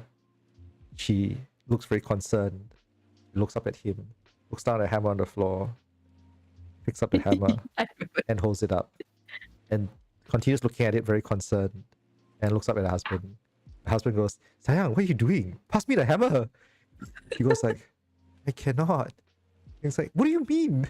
You're standing right there. Just pass me the hammer. I'm like, but I cannot. Like, sayang, what the hell is wrong? Just freaking pass me the hammer. Sayang, I cannot. What? You cannot. Armpit lah. She starts screaming, armpit lah. And for those who don't know, in Malay. Is it ketiak? I can't remember the line exactly. So basically, for those who don't know, this was a direct critique against Malaysian censorship, because apparently at the time, Malaysian censorship did not allow for the showing of armpits in like on TV. So obviously, like just the very act of having her like reach up to pass her husband the hammer, right, would have like flashed her armpit, and that would have been like a censorship issue. And that was Malaysian censorship for you. And I can tell you why. One, because it's a Malay couple. Yeah. Yeah. So, you know, that's like already aurat if explain that. I believe, I'm not going, like, guys, if you need to understand what aurat is, I'm going to go ahead and ask you to just Google it. I'm sorry, we're not doing that explanation here. Yeah, so it's basically that. So I can give you one example. There was an ad that I was involved in, and it was basically how many times, I think I've told a few people this before, like how many times can you reload a month? So it's supposed to be very like innuendo based, you know. Your phone prepaid. Okay. How many times do you reload? Yeah. Okay. So how many times do you reload, right? And the whole ad, it doesn't start with like, here's the brand, here's the like postpaid, prepaid, whatever, and then the price or whatever. It just starts with like people standing in different locations and just saying like, I do it once a month or like once a week or like twice a week, like things like that. Yeah. And it's supposed to be a very cheeky and like fun thing. Yeah, tongue-in-cheek kind of thing. Yes, pretty much. Yeah. So we didn't even get to film that because we basically did the script. You do the storyboard and you send that storyboard to censorship. Yeah. Right. So the reason why they want the storyboard is because they want to see like what character is saying what. And you have to write the exact lines under each frame, right? And it was rejected because one is too suggestive. It's like, okay, that's where your mind's going, but okay. Two, we cannot have a Malay lady in tudung saying this kind of thing. Yeah. So like, okay, we'll just remove the tudung lah. Okay, well, you know, okay, fine. And you cannot say this suggestively. That was the fun of this, right? So, okay, lor. So from something that was like really smart, right, cheeky and really, obviously going to catch some eyes and stuff like that. Cheeky, yeah, and okay, yeah, like that, lor. Yeah. So it didn't pass censorship the first time until we removed the lady in tudung, and we changed the script. Even the words, we change it to be less suggestive. And the limit was I do it twice a week. Like that's the most that you can do, right? You can't go beyond the joke. So it ended up being like a very like just very like normal like and I'll probably tell, like I feel like I've seen that ad. You've probably seen that ad, yes. I think I've seen that ad. You've probably seen that ad. So it's for, I think, Celcom prepaid reload. I'm a DG user, by the way. I mean, it just killed all the fun in that. For me, it's like, so boring. Yeah. But again, I understand because it's national TV. A lot of the ads are always going to go on national TV. And, you know, they want to make sure that if this is during general like viewing time, like for us to be able to show it during general viewing time, we have to follow all this requirements.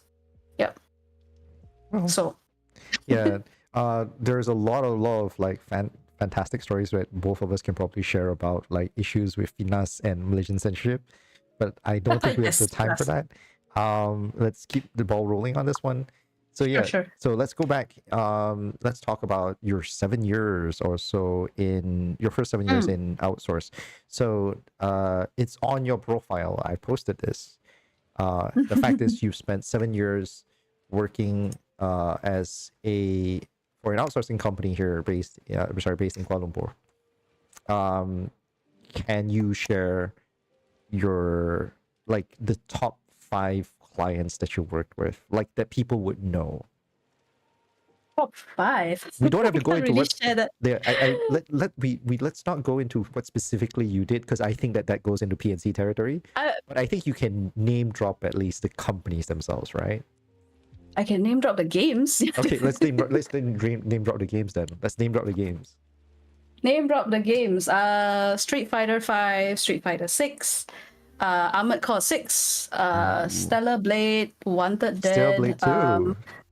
Yeah, Stellar Blade. Yeah, I think that's the most recent one that I can say. So I have a lot of projects under my belt. Nice.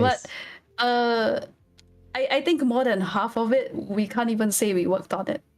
Definitely more than half, yeah. Because it's either cancelled or we weren't really credited. Oh, wait, there is one more I can say. So our names are not in the credit, but our company name is. So Death Stranding was also what I worked on. Oh, really? Yeah. Gorgeous game. Yep. I can't stand it. I actually streamed like 14 hours of it. And that was when I realized that, like, nope, I guess Kojima games aren't for me. I played it during pandemic, so it was helpful. Oh no, that is definitely helpful as a pandemic game. Yeah, it is. I did work on a Final Fantasy title. Not one of the main ones, but Monster of the Deep, Monster of the Deep. Yeah, Monster of the Deep, Final Fantasy 15, the fishing VR game. Sorry, now. Yeah, but that's the Final Fantasy I worked on. And do you know of Oddworld? Oh, I think I've heard of it. It's a old game. Yeah. So something interesting is, I actually have like a book that has the character on it. Oh, nice. So this is the Oddworld character. Yeah, it is. That was the one I was thinking. So I didn't misremember. It is that one. That is that game. Yeah. Yeah. So what else? There is so not exactly video game, but have you heard of what we call Afterworld: The Age of Tomorrow by Balenciaga? It was kind of a walking simulator that's being sold as a game. It's a free experience. Technically, that's what some people call Death Stranding as well. Hey, compared to Death Stranding's an actual full game. Yeah, so. Like Death Stranding is a cinematic walking simulator.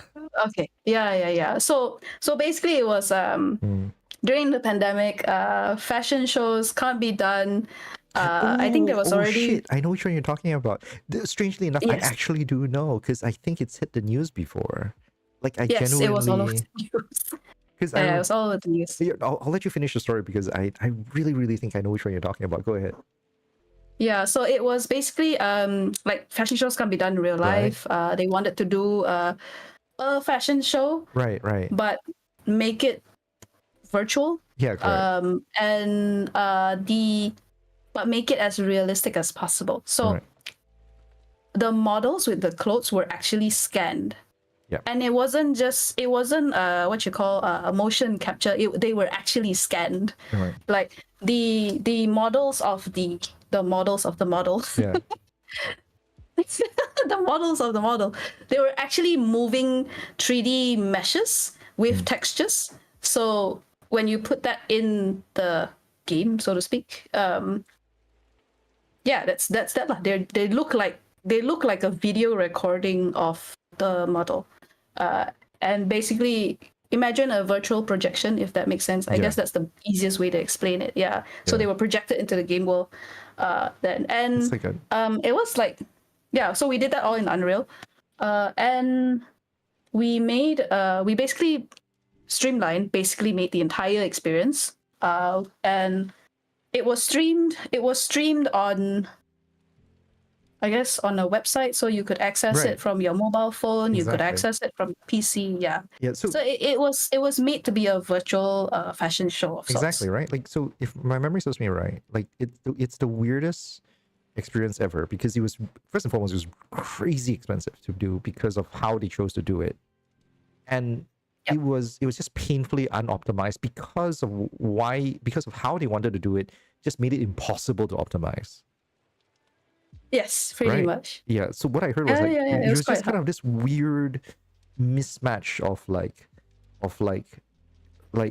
because of how they wanted to do it, that it just became weird and like unwieldy and stuff like that. Like there's so many weird clunks as a result, just for no apparent reason, beyond just because they wanted to do it a very specific way.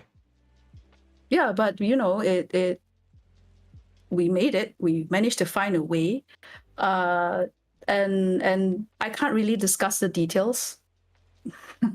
But from what you're implying, yes, that is correct, because it's supposed to look super realistic, right? You know, we had to make sure that the environments and the models, like, they don't look out of place. They had to look like they were in the game world. So a lot had to be done in terms of optimization. Because I can swear I watched a video about this before. I swear I watched a video like reporting on this very specific situation before, and I remember just listening to it, going like, that is such a weird approach to do what they want to do.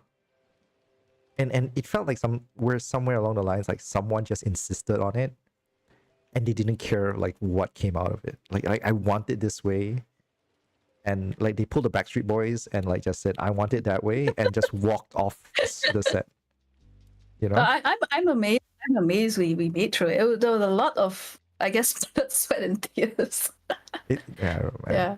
Okay, so anyone, if you guys are watching at this point, like, please, KIV, once again, like, Sabine is not confirming or denying anything.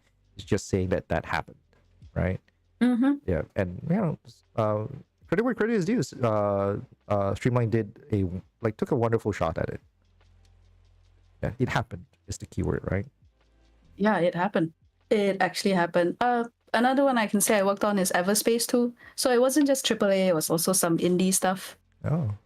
Okay, I'm not familiar with Everspace, so I do apologize for that. Oddworld, Everspace. I think that's about it that I can name drop. We obviously, so one of the weird and absolute truth is that, like, we're having this conversation about your work and what you do. Obviously, in your time with film, you've given a lot of details and stuff like that. But I feel like, given the nature of outsourcing half the time, right? Like, there really aren't many details that you can share of your time in Streamline. Can you? Like. It's, I guess, it's the nature of the contracts and how the developers themselves want to portray like how the production went, because it's also I think this is personal opinion, by the way, I'm not sure if this is true or not, but I do think it has a lot to do with like perceptions of the consumer. Like if the consumer decides like to think, you need outside help, that's one. It's like, oh, this is such low quality, it's because they got somebody else to do it for them. But you know, I do want to like debunk that perception, because you are talking about people or groups of people or companies that have, you know, they're not, I guess you can say their allegiance is to no one in a way, and they get to work on like a multitude of projects, and they get to work on all sorts of styles and all sorts of, you know, they might get to touch like proprietary engines from their clients. They get inside information as much as they can, you know, from every different client that they work with. And if you're thinking about like a developer who's, say, not specific, because I never worked with them, but just imagine somebody in Naughty Dog, and if they've been there for 5 years, that's all they know. 5 years of production in Naughty Dog versus if somebody's in outsourcing and they've worked with, let's say, they've worked with Naughty Dog, they've worked with Ubisoft, they work with, you know, across 5 years, they work with how many different clients. The cycle of like production that they've gone through is so much more than somebody who's been in like one company doing their own IP for so long. So like that's the, like I know that there's a perception that outsourcing means you're not very good. It is part of the industry, and a lot of the work that you play, like a lot of the games that you play, they are very, very much supported by outsourcing. Without outsourcing companies, I think a lot of the games that are in the market would not have been in the market. Look, I want to just play devil's advocate for like 2 minutes here on this one here. Sure. And also very sincerely point out that People Made Games, a YouTube channel, which is very likely going to be the platform where you're watching this on, also did a piece on how companies sometimes buy crunch from overseas studios, outsourced studios in particular, and they name dropped a couple of studios, and unfortunately, one of them, I believe, included Streamline. But they did focus. I'm not sure. I could be wrong, because I remember they named one of the studios in Malaysia. But a large part of their piece did focus on the one in, I believe it was Indonesia or Philippines. I can't remember, but I think it was Indonesia. And yes, it was Branderville, Indonesia. Yeah, correct. That's the one. So they did a lot more focus on Branderville, Indonesia, but they did name drop, I think, Streamlines at the time. They name drop Lemon. Is it Lemon Sky? Is it Lemon Streamline. Sky? Okay, Yeah, it's Lemon. then it's my mistake. It's Lemon Sky then. I do apologize. Please don't clip me on that. Obviously, I made a clear and sincere error. It's okay. So it's Lemon Sky, right? They didn't do as much commentary on Lemon Sky, but they did a lot more on Branderville and stuff like that. And to be clear, I'm my personal stance on this, when it comes to crunch, right, is that I do feel, I know everyone hates crunch. Everyone hates crunch. But I do feel that if you're in an industry where part of the requirement of the industry is to do stuff that's new, novel, and exciting and different, right? Like if you're doing everything by a textbook, that's not what games development really is about. I mean, if you do it that way, sure, maybe whatever kind of thing. But I don't think that that's true for most of us. And if you're in this industry doing games and doing stuff that's like ideally there has some level of novelty in it, that usually means that there's going to be some things that are going to be unexpected. And as a result, in general, most of the time, whatever your plan is, as much as well laid out as they may be, something will go awry. And, yes, crunch happens. Right? So I think it's important to recognize that when we're talking about like crunch and, getting help from overseas sources and outsourcing and all that kind of stuff. Sometimes it's not just getting the skills set for you and all that kind of stuff. Sabine has talked a lot about like contract staff as well. And I should probably chime in a little bit here. Like one part of the big reason why film and also animation tends to have a lot of contract staff is because more often than not, projects like a lot of these studios, a lot of these entities, they get money from projects, and projects are literally a flash in the frying pan kind of situation. You get the money once off and you're gone. Once off and you're gone. You don't usually have retainers. So what happens is that they need a structure that allows them to expand their working, like their crew immediately for the duration of the project, and then be able to shrink back until the next project comes in. Right. And so that's why a lot of people are on contract, because they go like, oh yeah, for this period of time when we have a lot of work, we're going to need like 2 or 3 extra hits, 2 or 3 extra hits, 2 or 3 extra hits, and stuff like that. And it's very, very unfortunate, because that's just how the industry tends to be. Like, if the work dries up, the companies cannot afford having people on the payroll without producing anything, or without them having the money to support them either, and all that kind of stuff. And this isn't even just like a lot of these studios that I think Sabine was parts of. Like, you can please correct me though, by the way, but I don't think any of your bosses and stuff like that were earning like 6-digit figures and stuff like that. They were just basically like, yes, they're earning more, but like they're not exactly rolling in dough. I wouldn't know, but it doesn't seem like it. Yeah. All I'm saying is that if they were, they hide it very well. Or at least we're humble about it. Yeah, correct. Because I know, I know small ad agencies. My wife worked for a really small ad agency at one time.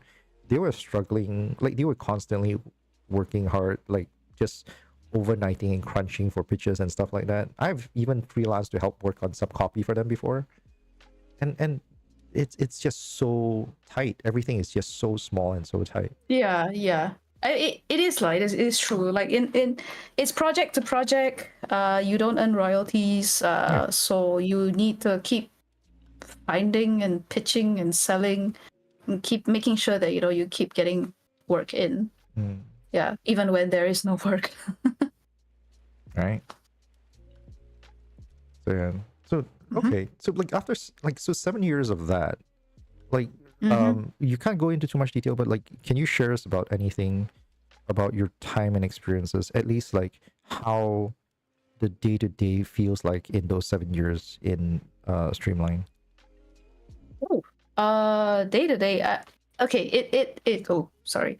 So No it worries. has 7 years is a long time, right? So it Yeah. evolved through the 7 years. But like when I joined as a project manager, it was very much if anyone's familiar with Gantt charts, like Okay, charts with guys, if you don't know what a just Gantt chart Google is, it. please Google Yeah, it. Yeah, like just Google it. It's you can find it. yeah, yeah, Gantt. I'm spelling it out for you. Okay, yeah. Google it. So I was dealing with mostly schedules because it's an outsourcing company. So work is always there, projects always coming in, and what we will respond the PMs were responsible for is just lining up like all the tasks for an artist, making sure that every task is assigned, making sure that every artist or every programmer or whatever discipline you're in, everybody has a task. We're doing morning stand-ups every day. We come in at whatever time, but stand-ups is at 10. So we were a bit flexible at the time in Streamline. Is you can come in between 8 to 10, anytime between 8 to 10 a.m. So we have that flexibility. And then stand-ups is done. We just sound off like, okay, anyone has a task or no task, or you have a problem, is something blocking you, and that kind of thing. We go one round, and then that's it for the day. And after that, it's just submissions, getting everything through the process or production, basically production workflow lah. So let's say a very easy example would be, let's say we have a project where you're supposed to go from concept all the way to the final part of art production, which is animation for a character. Okay, for example. So we have to make sure that, okay, concept is going on. We have to line up who's going to start modeling after that. And after modeling, where is it going to go? It's going to go to rigging. After rigging, where is it going to go? And go to animation. Like we have to make sure that waterfall happens, right? So, okay, something to add is, because it's outsourcing and it's very clear what our task and work is when the projects come in, the management style is very waterfall. So if you don't know what this is, please go and Google, very common term, waterfall project management. So we just have to line those up. And in the one thing that I can tell you a more senior or more experienced PM will do is they will buffer each process and they will know what to think of. Like feedback loops, if a character goes from modeling to rigging to animation, it's not just rigging, you have to take into account skinning, like all these little things in between that will take time. I want to pause you for a second there. You said skinning, which is a new term that I've never really heard used. What is skinning? I am probably not the right person to explain this because I'm not a rigger. But from what I understand is, so example like the hair, or you have any strands of cloth. So there needs to be weight that's put on the thing. So it is actually, if I'm not mistaken, it's painted on the actual mesh of the character. Yeah, it's called skinning. Yeah, it's called skinning. Okay, cool. Yeah, I know the process exists. I just never knew it was called skinning. So keep in mind as well, like when I graduated from animation, the industry evolved so quickly after I graduated. It's a freaking nightmare. Like painting, like UV mapping now is like super duper easy. There's even AIs now that help you to do like UV unwraps and stuff like that. But like the fact that you can now paint on like physics textures, like paint on physics textures, is insane. Because back when I was learning it, you'd actually have to take like, oh yeah, no, this is the node for it, this is the node for it, this is the, like you have to assign nodes for each of them. You can't just like oh yeah, no, here's a brush. Now you paint. Yeah. It's like, oh my God, this is so a while more. ago. Take into account that this is also like more than 5 years ago that I'm talking about. Yeah, correct. You know, it may have evolved a little bit now. Correct. I'm not sure. And that's the point I'm trying to get at here, because it's like when I was doing, which was like, I think by this timeline, somewhere about almost like 10 years before you, right? This point in time. Actually, no, somewhere about 5 to 7 years before this in time, right? Like that's the gap before skinning was a thing. You know? Yeah. One more term, baking. Oh yes, definitely. I've heard baking used. I just don't know what it means. Baking is modeling, is part of modeling. I think you bake like the normals or something. Or I think it was the normals for the characters. So the bigger the characters or the more complicated the characters, the longer it takes. And I kid you not, even the models themselves will forget this sometimes. And we've had, well, from my experience, we've had characters that like take sometimes 2 days just settle what they call the baking part. Because you bake, you find errors, you fix, you bake again, and it takes a while. Yeah. The processes obviously have changed. Like one of the weirder things I remember doing that no longer is relevant anymore, I think nowadays, it's like back in the day, you actually have to find, like you have to set, you sometimes have problems where your textures have like mistaken y-axis, if you know what I'm talking about. Because sometimes when you're modeling, right, your shapes can sometimes be inverted by accident. Okay. Yeah, now it's no longer a thing, because like now the system just knows that, oh yeah, if the majority is pointing towards a specific way, it should probably point the specific way. So like you don't get like weird random like lost nodes that are just flipped for no apparent reason now. Like the systems are a lot smarter now. Like back in so I'm looking at the chat, and Damien says lighting. So yes, you bake your normals so that the lighting on the character appears correct. Right. So they're basically meant for bump mapping and all that kind of stuff, I assume. Yeah. Right. Yes, that's what the normal maps are for. Yeah. But okay, again, mind you, I am just a project manager / producer. I learned all this on the job and from how the artists explained it to me. But you know, these are the things you pick up as you gain more and more experience, and you're like, okay, wait, these things repeat. So like, I need to take this into account when I'm scheduling stuff, right? And like, okay, I talked about like concept 1%, model 1%, but you know, when this person's done with concept A, I need to make sure this person has another task, concept B. So it cascades along the way, and that's basically the day-to-day for a PM. You just make sure everybody has a task, you check in with everyone, and you do submissions as well. So once the entire process, we don't just submit at the very end. We submit at every single stage. You have to send the concept for approval, you have to send the model for approval, and even the rigging, the skinning and everything.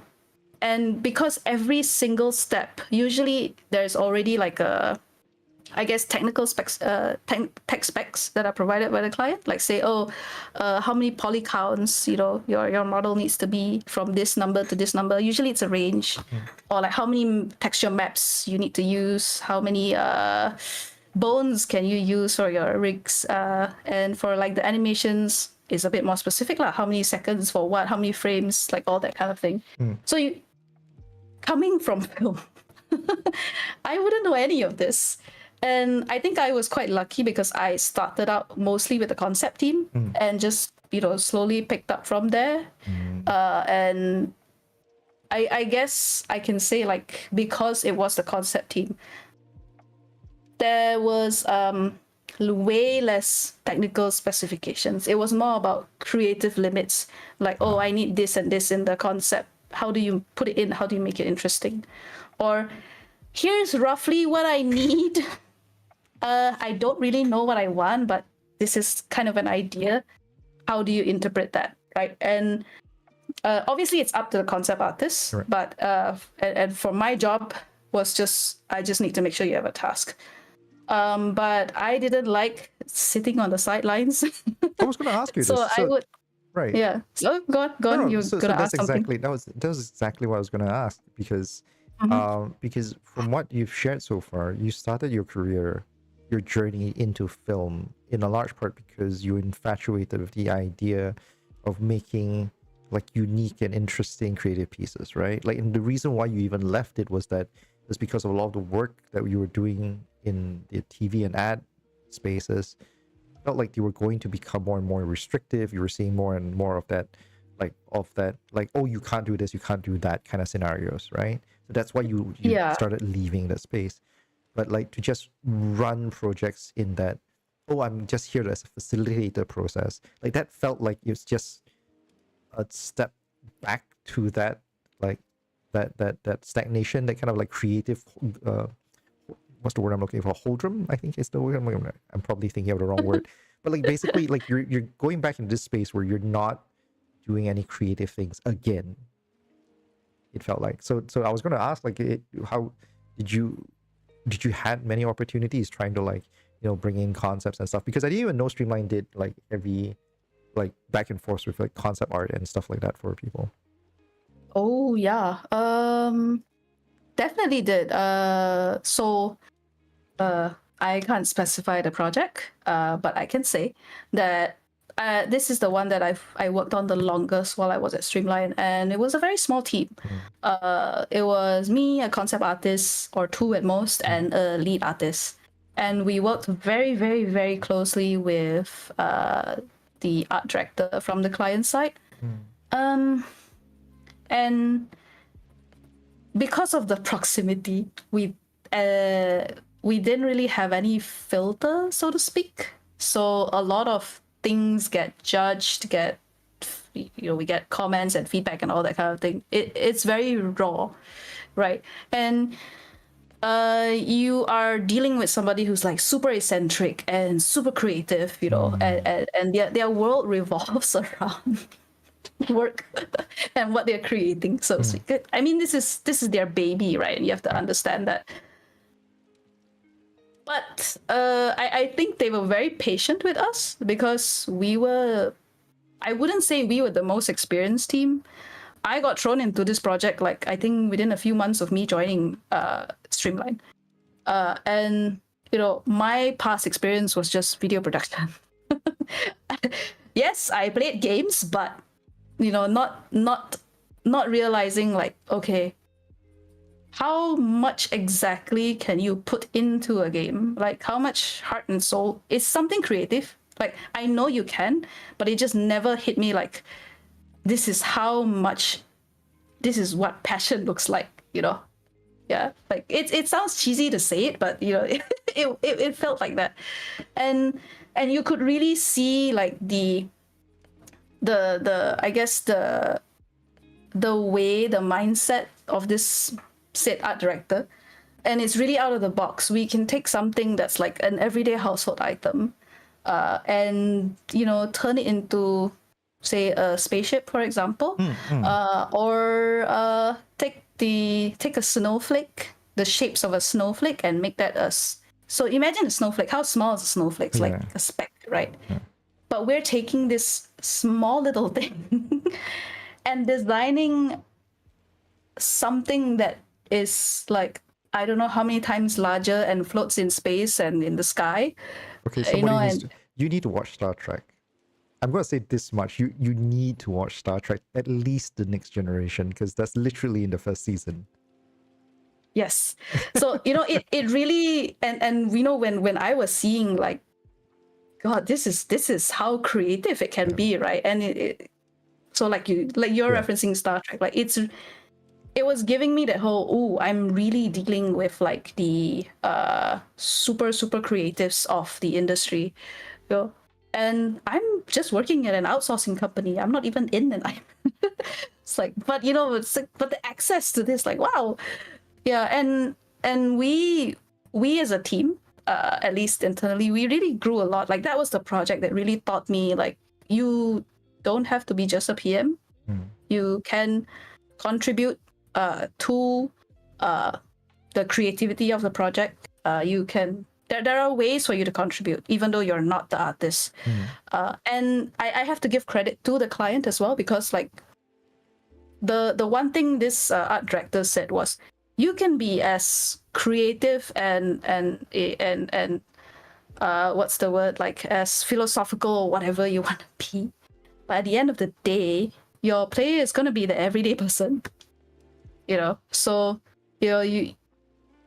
everyone's opinion is welcome and valued.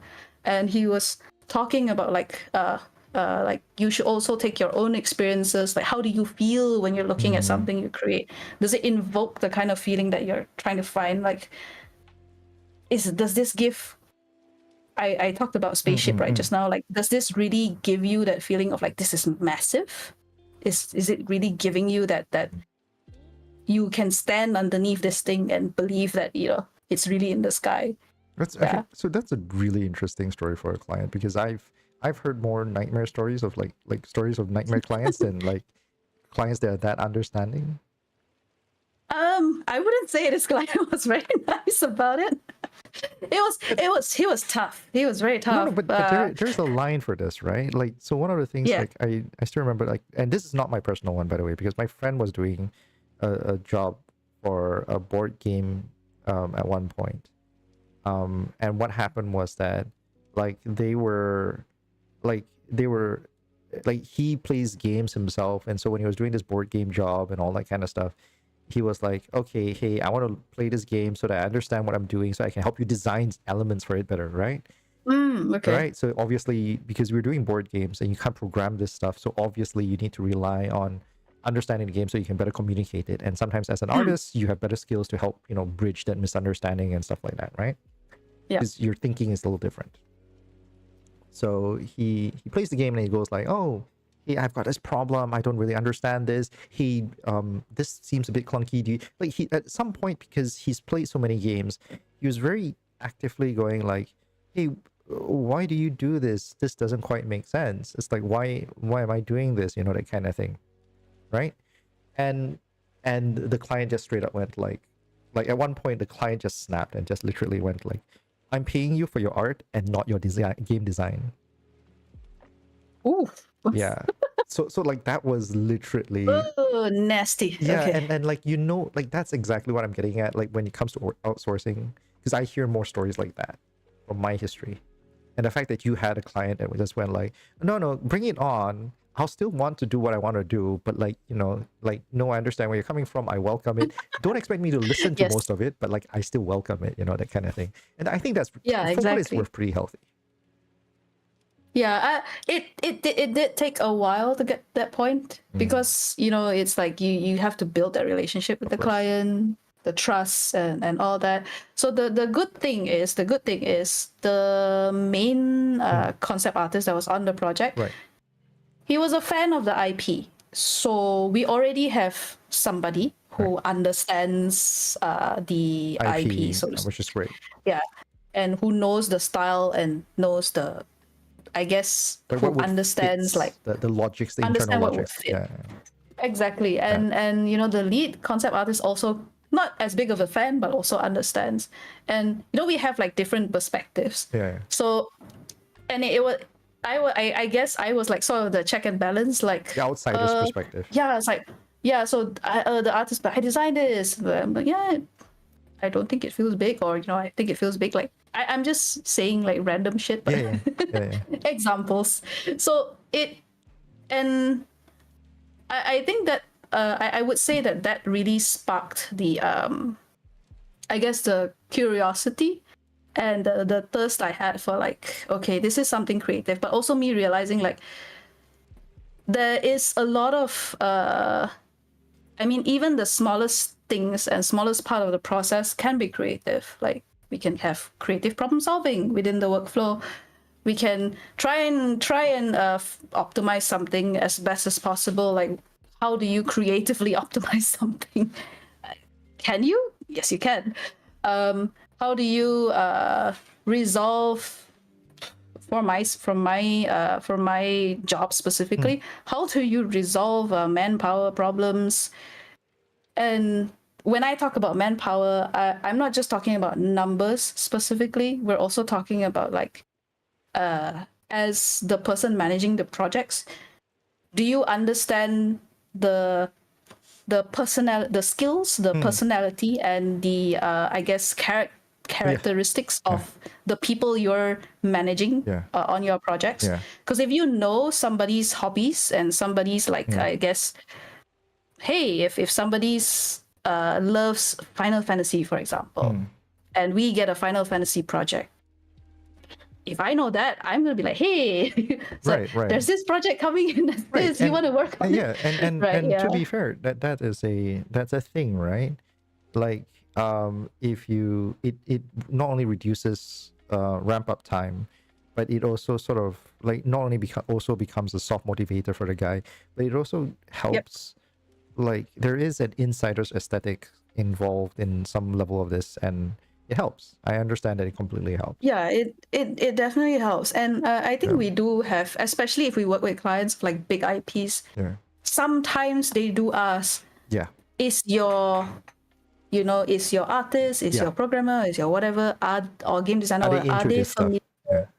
Are they familiar with this IP? Are they familiar with like our style of games? Or it does help.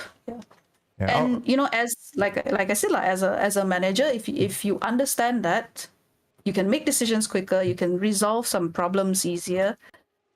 I mean, it is gonna present another problem. Like if I take this person out, who else am I gonna put in on the other existing project? But it's solvable in some way. I hear you. Okay, we've been talking pretty long already. This is 2.5 hours in already, by the way, in case you didn't notice.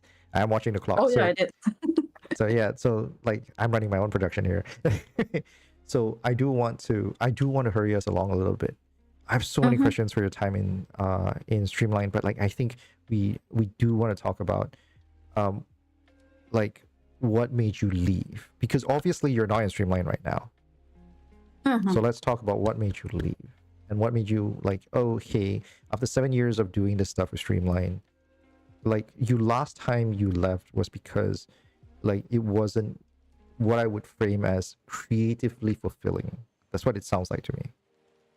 Yes. And after what it seems like a really nice time at Streamline, like what made you leave at the end of that 7 years?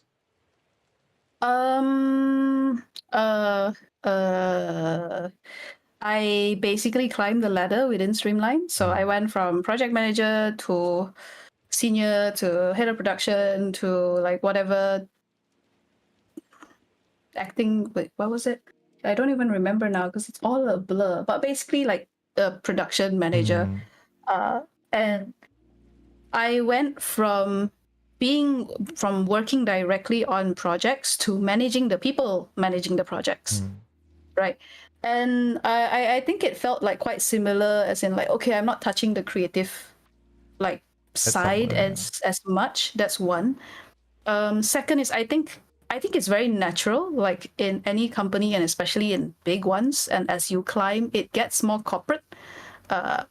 You have to deal with the more corporate side of things, the more businessy side of things, and it can sometimes involve office politics. So I think it's a mix of a few things lah. And I also, one other thing is, this is on myself, is I think I put too much of myself into my job and did not take care of myself. So my health was deteriorating. I actually fainted in the middle of the road and hit my head. And got a concussion. And you know, an actual concussion, yes. Holy shit. No, you know, like people say like every knock in the head is now a concussion. I'm like, no, that's not true. Well, so what was explained to me is that because I hit my head, even though there was no internal bleeding, what happens is within your skull, your brain has been shook. Correct. So that's an actual concussion, but not all knocks to the head results in a concussion. No, not all. No, there's a threshold for these things. You know, so like everyone goes like, oh, I'm concussed. I'm like, are you sure? Like, I do not think you have the medical credentials to make that call. So I actually got like a CT scan and everything. So like, not great that you got concussion, but like great that you actually got it diagnosed properly. Yeah, but you know, I think when you do go through like a health scare situation, you start to take on a slightly different perspective of life. I'm gonna sound a little bit older now, but But I started like feeling and thinking like, okay, is this really worth it? Was the climb worth it? Was the and just to be clear, the reason I climbed the ladder is obviously is career progression. That's one. And second is I thought I could make a difference in like, okay, I kind of want to make the company culture better for the team. I want to make sure that the team is taken care of, and like work myself up to a point where I can make the decisions or I can affect change enough, significant enough, right? But at some point when you keep thinking of taking care of other people, you forget about yourself. And I think that happened with me, and I decided that I needed a break, so I left. Yeah, I actually left without a job lined up. Just yeah. So I took I think I was telling myself I'll take a month.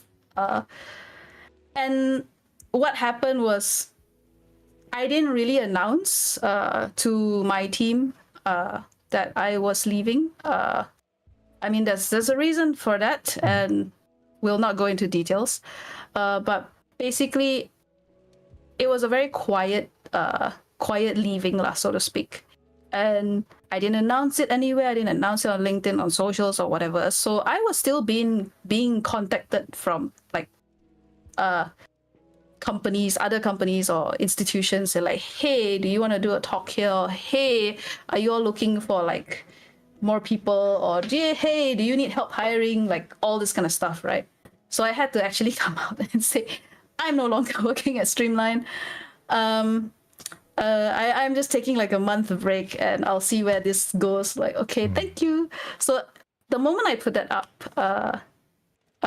one of the first few people that responded was actually Hazmir himself. He actually DM'd me and was like, "Oh, I'm surprised you left Streamline." And if you want to join Metro, the door is always open for you. And I don't think Haz is watching the stream anymore, but when he told me that, I was like, seems a bit too easy. Why so senang? What is this? So I had this, and I don't think I was in the right headspace either. So I was like, okay, this feels too easy. I'm not gonna take it up yet. I'm gonna see what else is out there. So I just thanked him and said I'm on a break. And I'm okay lah. Then I don't do anything for a month, and I think I started to get like anxious, not from like not having a job, but like just like, oh, I don't have to get up and work. I have nothing to do. So I started, okay lah, just slowly do my resume, and even though I clearly said on my like public post that I am on a break, I still had people contacting me anyway. Like, oh, are you looking? Are you looking? Do you already have a job lined up? And I got interviews with companies like Sony, and of course some places said no.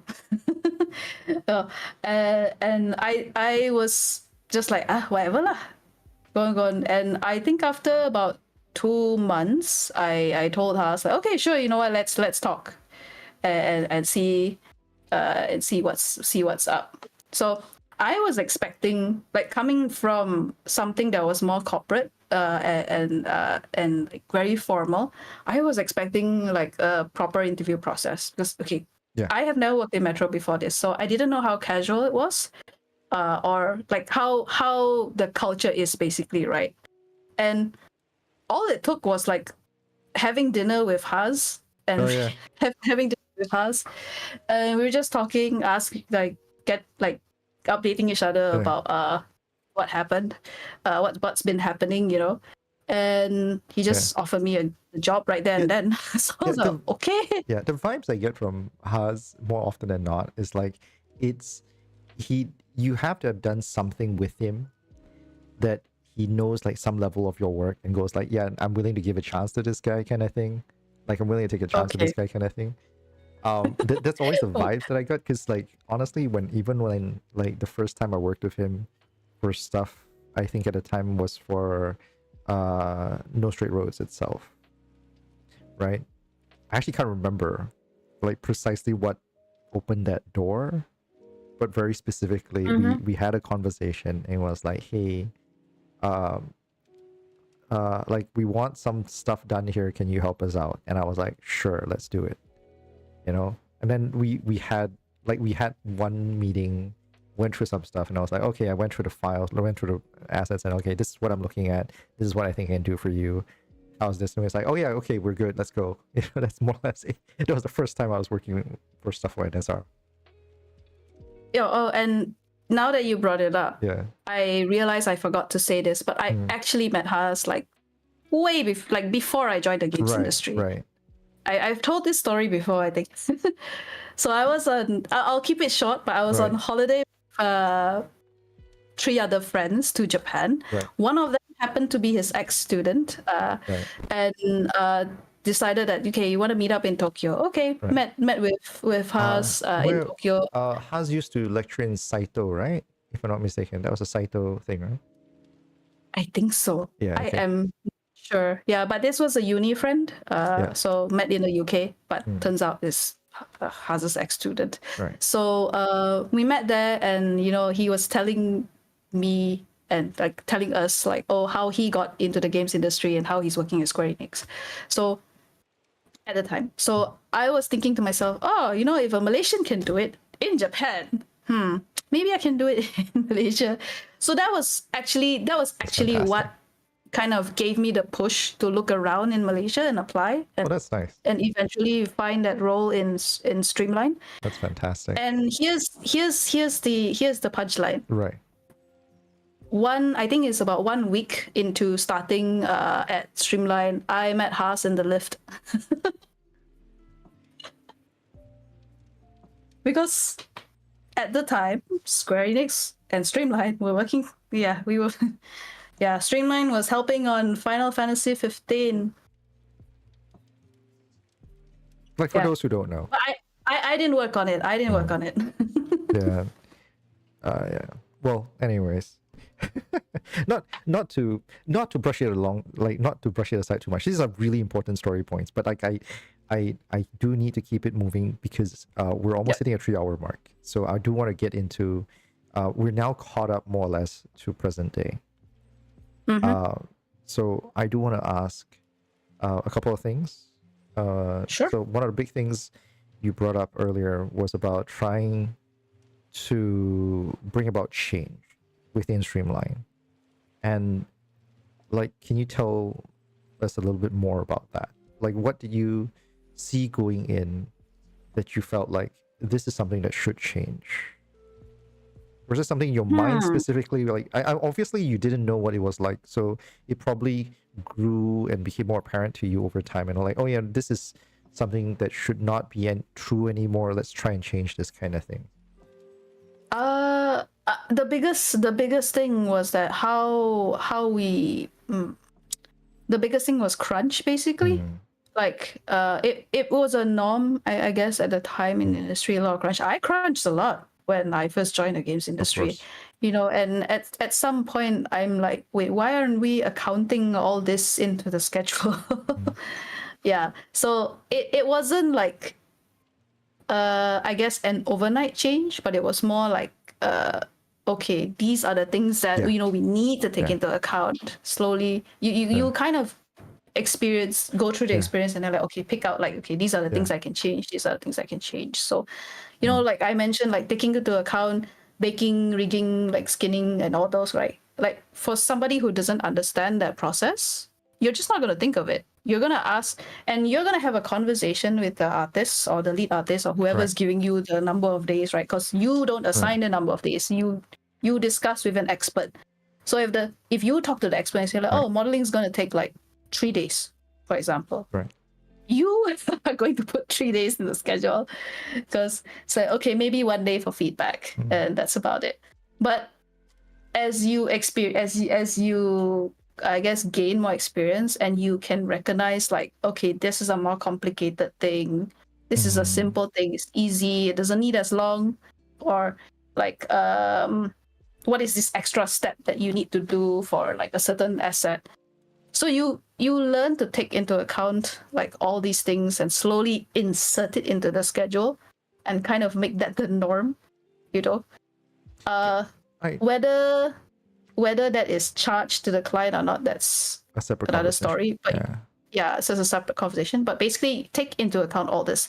And I kid you not, when you bring this up with the clients, and because you understand the process, they are going to appreciate it. Because, okay, they understand, so. They know.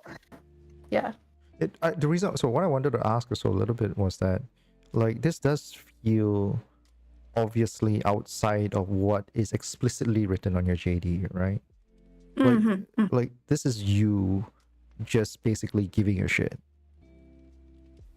I guess, yeah, because it's it does say it's part of the JD to understand the process, but how deep do you understand the process? It's a different thing. Yeah, and I would argue that like actually doing, like giving a shit enough, and I apologize for the language, but giving enough of a shit to basically go, hey, I want to go, like I want this to be a smooth shit, right? Like basically it's easy for you to have just said, oh yeah, the feedback time is a client thing, so I can rush the client for it, like it's not a thing that I need to account for. Or hey, the client needs it in 2 days, you do it in 2. You spending OT time is nothing that I have to technically account for, because that's not technically on your list of responsibilities, right? Like, so this is you. I mean, it kind of does, because like I have to stay back to submit the thing to the client. That's arguable, because technically you can say like, oh yeah, I want you to have it by this time, and like and in such a way that it doesn't affect you at all, right? It is so easy for you to just do that, right? Yep, I could. Yeah. So I on that note, then I want to ask, at least based on your experiences, right, through these, like between film and between video and video games and stuff like that, it does sound like there's a lot of production, as you said, like there's a lot of transferable skills and all that kind of stuff. And it does feel like a lot of your understanding of the pipeline has expanded your ability to function as sort of this producer, like project manager kind of thing. Are there things about, like either in film or in video games right now, that you see culturally speaking that you wish you could do something to change? Because you mentioned there's something that you managed to change gradually over a period of time. It's just something that you wish you could change. Like, let's not talk about how you would go about it, right? Like, you just say, let's say for example, you get a single magic ticket and say, tear this ticket with one wish. What would you change? Just in film or in both? Let's go with both. Or across both. Let's talk both. Let's say both. Let's go with both. Let's say both. One ticket for both. Yeah. Yeah. That's a hard one. Yeah, because bear in mind, I will ask you like how this affects both sides, just out of curiosity. Is there one? I guess I would say, but this is like it's gonna be so tough to fix. And I don't even know how to fix this, because magic ticket. Yeah, magic ticket, job stability. Damn. Damn, that's a job stability. Yeah, we were just talking about it, and I just literally made a case against like job stability, like at least trying to explain why you can't really have that much job stability. Because I worked, my previous company work was for a gacha game company, right? And we weren't publishing our own games, so we weren't like Hoyoverse and stuff like that where we had our own products. We were publishing games that were from like Japan and stuff. That means the rights owners were always somebody else. And the problem with that model that they had was that you never know how well that project would do. So a lot of support stuff that we were doing were all on contract. And before anyone else says anything bad about like the company and stuff like that, I want to flag out, like the company did something that's very unique to the company. In case you're wondering, the company is Gumi Asia, by the way. So Gumi Asia was one of those companies who was based in Singapore, and what they did was that, unlike a lot of publishers, what they would do is they would take Japanese games and say, hey, how can we make this more accessible for like the global audience. And sometimes that meant like rebalancing challenges so that they didn't take 24 hours a day to grind the materials, because global audiences have like different, more diverse appetites, and you don't exactly want to spend your time just auto tapping for resources and stuff, right? There's a bit of that. And of course there's always the language side of things, and then there's also like, oh yeah, we want to make it so that there's content that is more unique for the challenges of the global audience and things like that, so there's a lot of that. Like basically we were a dedicated team that was almost like an outsourced team, where our job was to just think about the global audience, and yeah, so but with that in mind, that being the business model, right?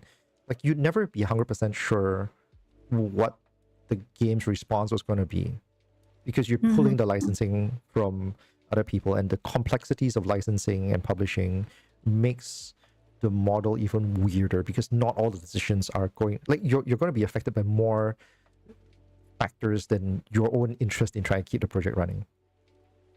And so when the thing doesn't work out, the project closes, and you don't know whether you have a project to replace it, then what do you do with your staff? This is why contract staff was such a norm for my company at the time. And I obviously tried to make a case for retaining as much staff as possible, because like for some of the more stable projects that we had, legacy knowledge was super duper important. Like you were talking about like baking and all that kind of stuff, right? Like knowing that is what you're talking about just now was like just industry general industry knowledge. Like if you worked around for a while, you know how this is supposed to be like, right? We needed people I expect people to. we had people we needed people who knew the weirdness of balancing our units. We needed people who knew the weirdness of how the weird clunky things our game used to do, and all the weird interactions that we would have, that the unique logics that are sort of woven into the game after like almost 7 to 8 years of live service, because it's iterative, right? And you get a lot of spaghetti code and shit like that. I'm right. Look, we joke, but that is literally how the programmers have told me. Like, yeah, we get spaghetti code all the freaking time. Oh yeah. Yeah. So that's I'm sure. right. So that's the thing. And we need to retain this talent, and it was always very difficult to retain this talent simply because no one's comfortable just purely working on contract. Everyone was like, oh yeah, it's an annual contract kind of thing, and I want to know what stability I have. And the problem is that it's just not fantastic. And trying to solve that for the whole, like both industries, that's a tough one. Yeah. It's largely also because it's very project based. In fact, if you think about it, right, most if not all jobs are very project based. The only difference is whether the projects are always in existence. Yep. Like how interchangeable the projects are. Yeah. So why I said that, like for both industries, right? When it comes down to it, both of these are considered entertainment. Yeah. And entertainment is not essential for survival, like basics of survival, right? It's not food. It's not it's not something that humans can say I don't need. Yeah. So there is, like you said, everything's project based, and even on both sides. So like I mentioned, right, like I left because videos, because everything was, I don't think I mentioned this specifically, but everything was project based, everything was contract. You can go through periods of no jobs, and it's also down to like your network, like who do you know, and if you know a producer that is like pretty popular with clients and has a very good network, and that person wants to work with you, then okay lah, some sort of stability. But if you don't, it's very hard to like say inject yourself into that network, and finding a job becomes hard. And in the video games industry, I think we've seen the news, a lot of retrenchments, a lot of layoffs, and it's not just outsourcing, right, or whatever. It's also like successful studios that are closing down. Hmm. And the easiest example I can think of is creators of Shadow of Mordor. They have a patent, and look where they are. They closed out. So, so that patent thing has been thoroughly discussed in a very separate podcast I've done on the side. So just like a quick plug. Plug. Yeah. So it's that's why I say job stability, because yeah, if I had a magic ticket, that's what I would do. That's the one thing that I guess everybody craves. And I'm not saying that my job is not stable. I am going to, like, I would say I would think that every time, because when you are creating something that's creative, you have no idea how it's going to be taken by the public. You have, like you mentioned, right? You have no idea the reception and everything. Yeah. Like, what if you release, you can work like, I don't know how many years on a game, and if you release it and the players decided that this is not a great game, and you don't get enough players, you don't get enough sales, then you're kind of done. And you have to look for another job. That's true. There is an aspect to this which is which always been a bit of a thing. Like, this is also why how different studios go about their production pipelines, right? Especially when trying to decide on a project and things like that. Like, differs from company to company. It's always very it's interesting and yet somewhat same-ish, for lack of a better way of phrasing it. Because what happens is that, like, you get a lot of these kind of things where often you get some seed funding where you go into a proof of concept build, right? So you get a proof of concept build, and different people are going to ask for different things from a proof of concept build, or different expectations from a proof of concept build. Then once you get that off the ground, you go into the next steps where you're like, oh, okay, what is we're going to go into like an alpha build or a MVP build, minimal viable product kind of build and stuff like that. And every step of the way, like, depending on the type of game that you're building, the insistence from stakeholders for external playtest validation, or validation for external playtests, is going to vary. It's going to differ from like sort of grouping to grouping.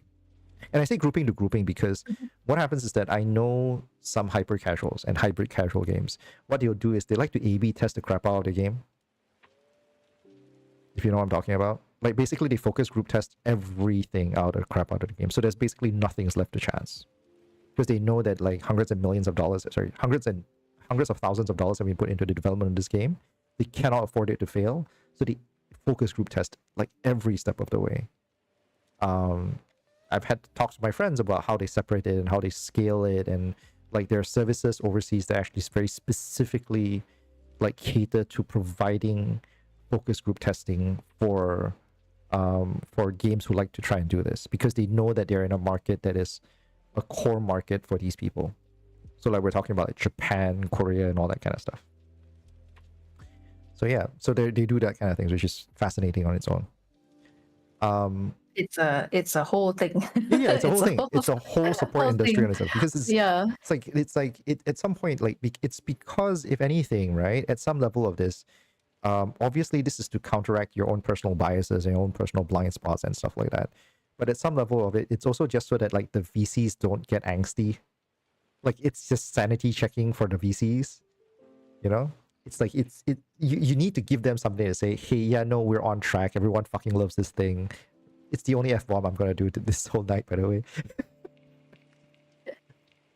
Yeah, like that kind of thing. So like every project has it slightly different. There are also obviously more indie projects which like they're playing it closer to home. They don't need it to be, I don't need millions and millions of people to like download to play this game for it to be successful. I just need a few 100,000, and I'm very happy with that. That kind of thing.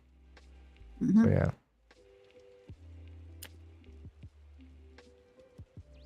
Yeah, the processes differ from company to company as a result. It really is. Each company's requirement of, like, say, what an alpha is also different. Yeah. So yeah. Yeah, it really differs company to company. Well, okay, we're going into our third hour right now already. There's 4 more minutes and we're going to hit 12. It is getting very late.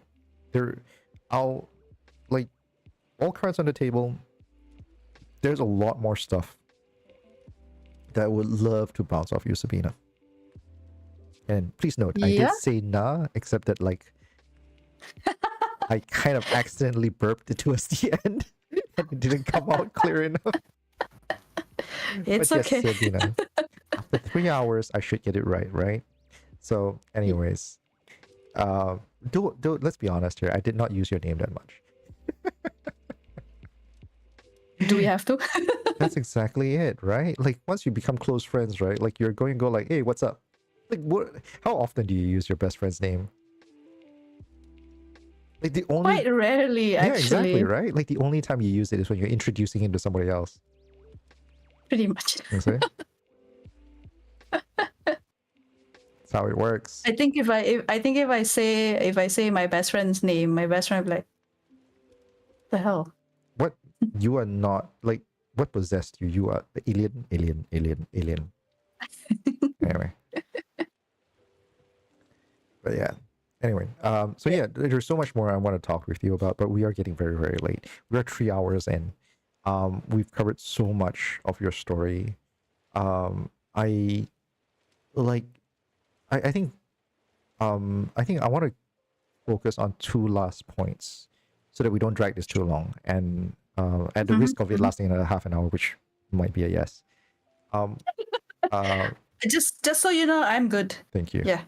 So 2 last things, right? And I'm going to drop it here first so that we sort of have a mental note of it, right? So one big thing is that, like we talked about just now, what you wish you could change, and I think stability of job stability, job stability is a huge thing. Or I guess income stability, if that makes sense. Yeah. Yeah. Technically, you can have a job with no money. Technically speaking. Right, like I can technically call myself a podcaster. But like, do you make the money? Yeah, this podcast is brought to you by Day Jobs. Day Jobs, get one. Anyway, so yes, so technically you can do that. But yeah, I do want to ask about the journey in parts. Because was there any uniquely weird or difficult aspect to this journey for you? Because now, for those who didn't hear the earlier beginning parts of it or might have missed it, I did mention that I did originally approach Sabina, knowing a very simple fact that my experiences are going to be very different from hers. And part of that is not only because of our starting points, because I started in animation and she started in film, but it's also because of how, like, she was very deep in production. And as a female that's very deep in production, like, I don't know, like, I've heard stories about how difficult it can be, how different it can be for a female in production. And in case it's not obvious, and for those who, might be listening to this without the aid of a video camera or a screen and somehow can't tell from my incredibly manly voice, that I'm a dude. I don't know how that's like, being a woman in production. So oof. Yeah. Like, I know it's asking a lot to sort of what essentially summarize 15 to 17 years of like what the experience might be like. But we've heard the full length of what you've gone through. Are there any things that you felt that might be uniquely different for your experiences going through these 2 industries? And if there is a difference between the 2 industries, please do bring it up. So like, I want to put a peg on that one first, because I want to give you an answer, but I did say 2 things, so that's one thing.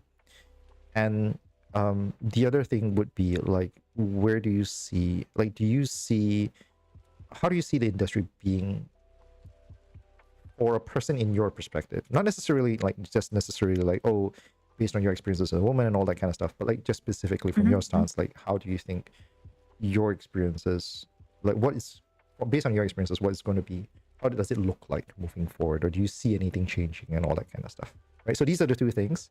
So let's go with the first one first, right? So like these, for yourself, your experiences as a woman in production. Yeah, that's a whole topic. Yeah, I know. Okay. That's why So I really hate, I really don't like that I'm only giving you this much time for it. I do apologize, but it is getting very late. no, it's fine. It's I mean, if I were to put it simply,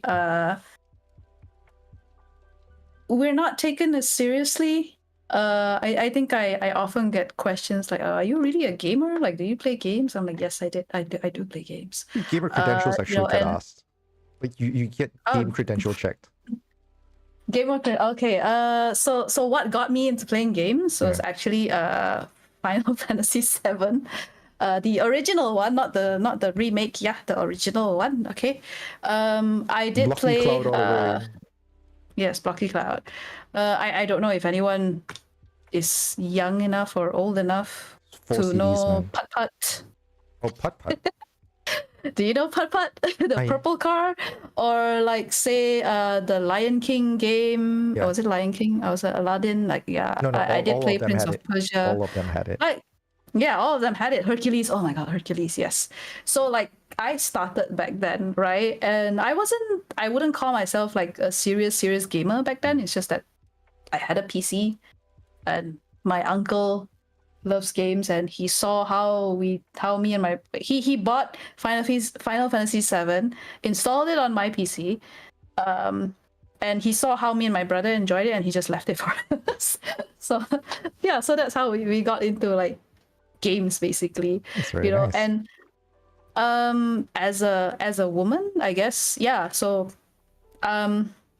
yeah, I was not taken seriously, and for some reason, like okay, it's not for some reason, I guess it's me being a woman, the first person that is always spoken to, even though I'm of a higher position, is always the guy who's next to me, and the guy is the junior. So that actually still happens in like 2020 2015 plus kind of thing. That is still very much happening. It still happens. In fact, today it still happens to some degree.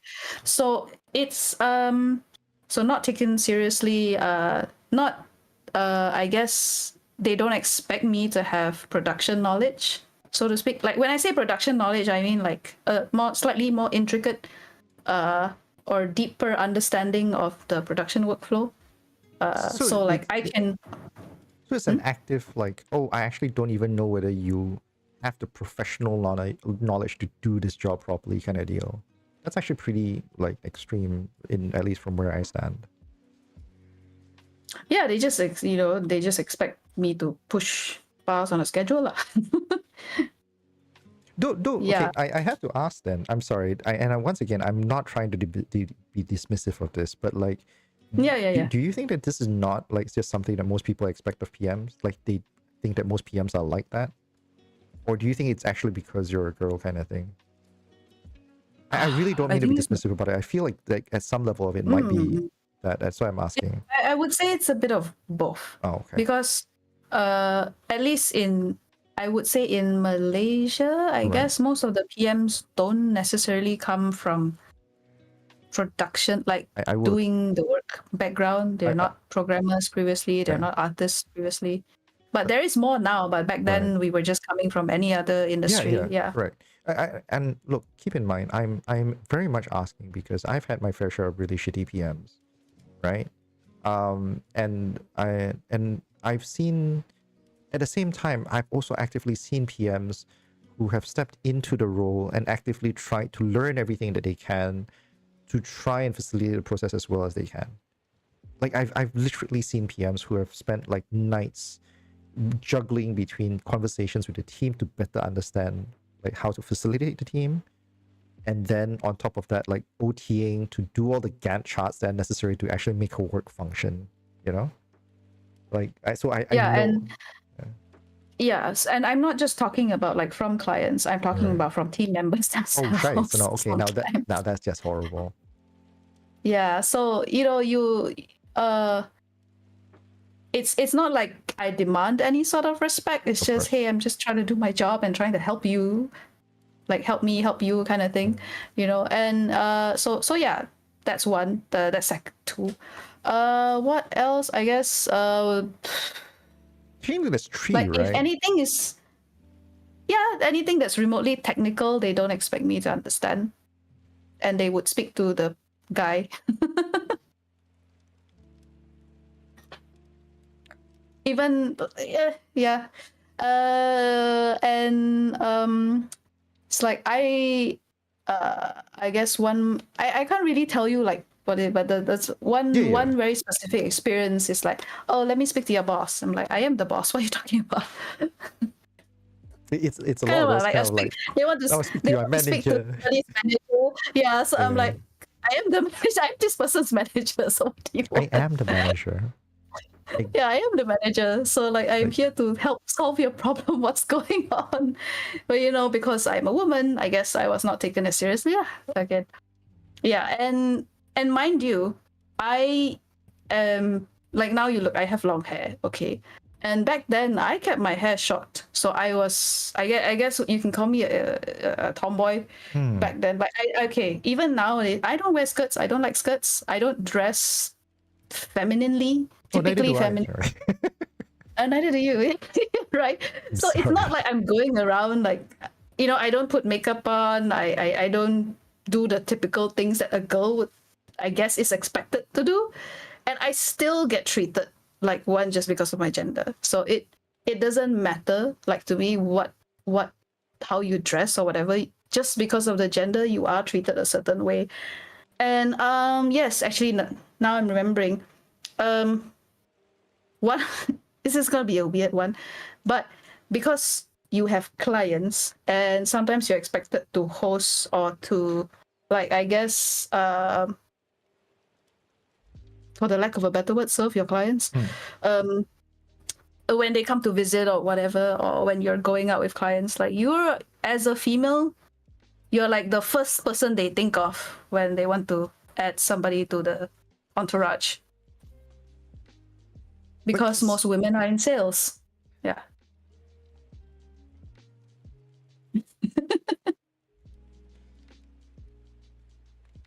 Yeah. It's actually a thing. It's actually a thing. No, I mean, like, sorry, just to explain the calculus that's working in my head. I'm going to sum it up very simply. Job security. It's very automatic. Like, we need women in our sales team, or we need women in the team to at least fulfill this role. Kind of weird, kind of like, but like you don't really. But at the same time, you obviously don't want to be the skirt in the team, kind of thing. Like, you don't want to be just the skirt in the team, kind of thing, which is just insane. Yeah, but you know what? I avoided most of it just because I didn't dress the typical way a girl would. Right. So I did that because like I want to be called on for my knowledge and my skills, not just because I'm a female. Like that was part of my, I guess you can say, defense. Yeah, to weird shit. Has the scene changed over the years that you've been? Like, does it still happen? Like in your time, I'm assuming that a lot of this happened in Streamline, because you're dealing with a lot of like third-party people who might not have the benefit of working with you over time to properly gain, like to basically filter themselves, kind of thing, right? Like, like there's sometimes these kind of things where it's like it's baked into you as weird, and just be honest, like it should be stuff that you sort of work out of your own system. Like you should work out of your own system if you still have it, kind of thing.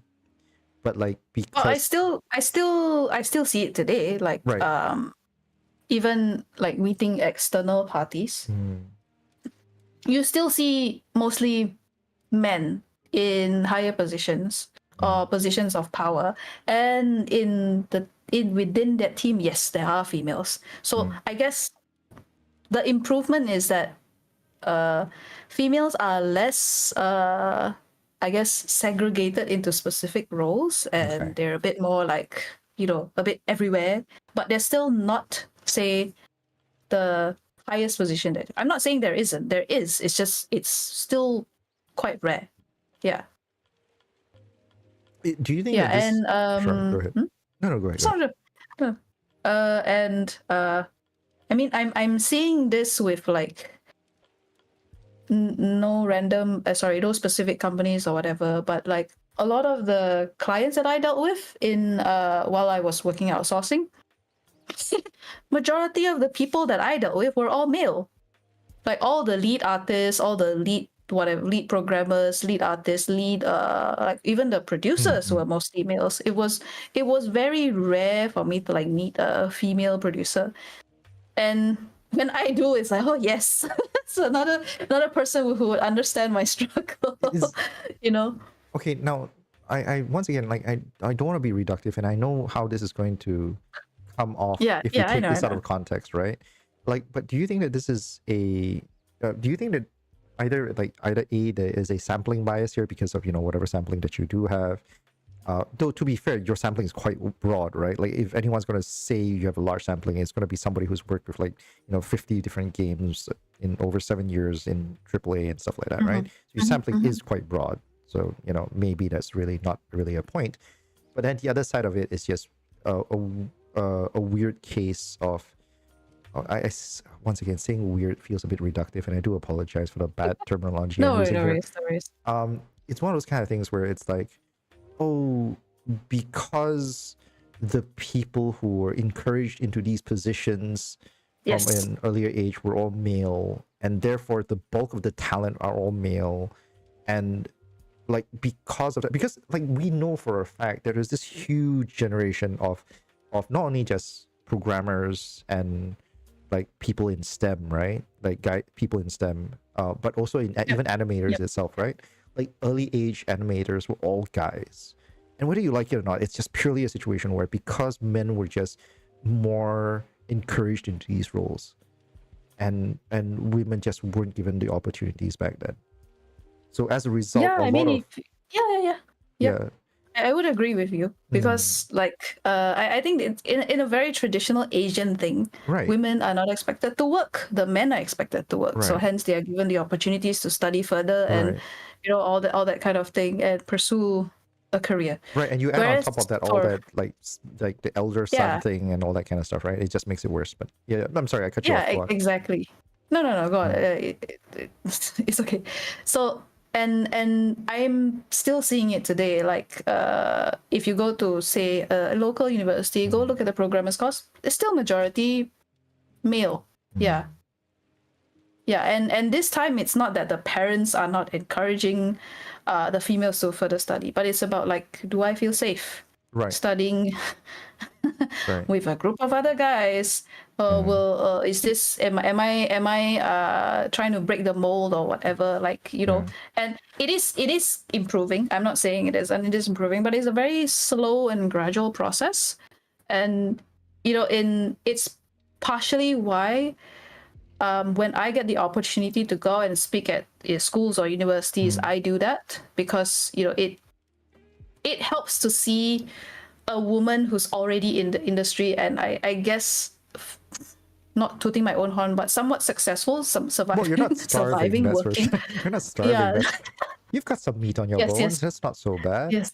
Sexist lots of meat. Like I can't wait for the guys to like snippet that one line out of me and just go like sexist bastard, like just commenting on a woman's body. It's like, Jared, you little piece of shit, and I'm like, well. The first person I have to convince is like, Calvin, it's fine. He didn't mean it. No, but anyway, it's so I lost my train of thought.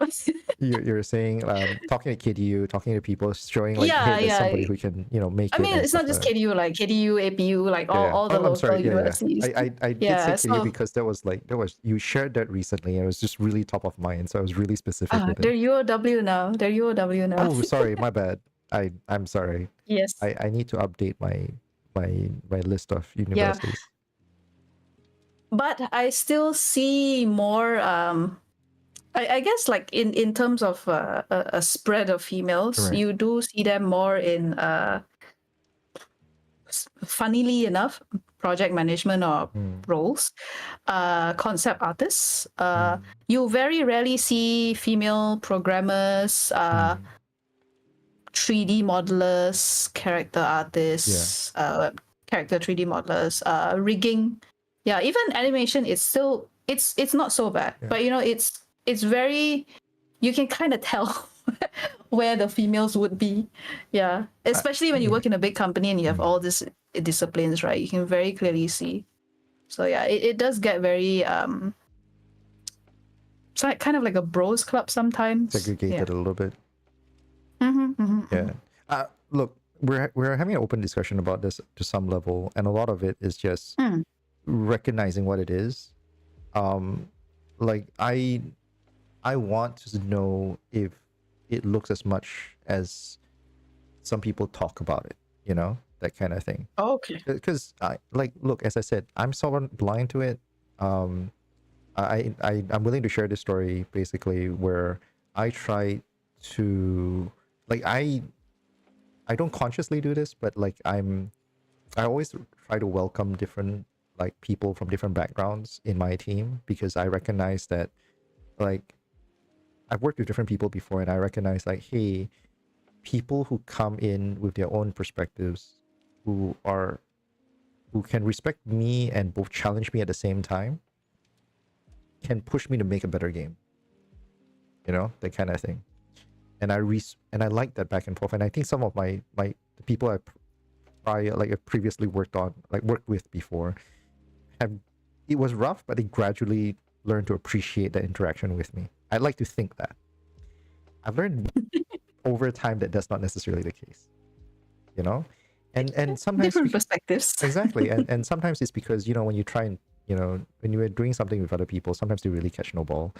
It's just because of how you do it, and like they're like, either they're not in the right headspace for it, or you're just tossing the ball wrong, right? Like it's a both sides kind of thing sometimes. Though sometimes like the blame can be more on me, sometimes the blame can be more on them. Specifics. And one of the reasons why I wanted to have this conversation with you was just sort of really to get a sense of, like, or at least based on your experiences, how true is that, you know, hey, there really is all these subtle and sometimes less subtle aspects of, like, you know, people just, oh yeah, hey, you're a girl, and, you know, they typecast you, or, you know, have certain expectations and stuff like that. Whether to your benefit or to your detriment is worth talking about.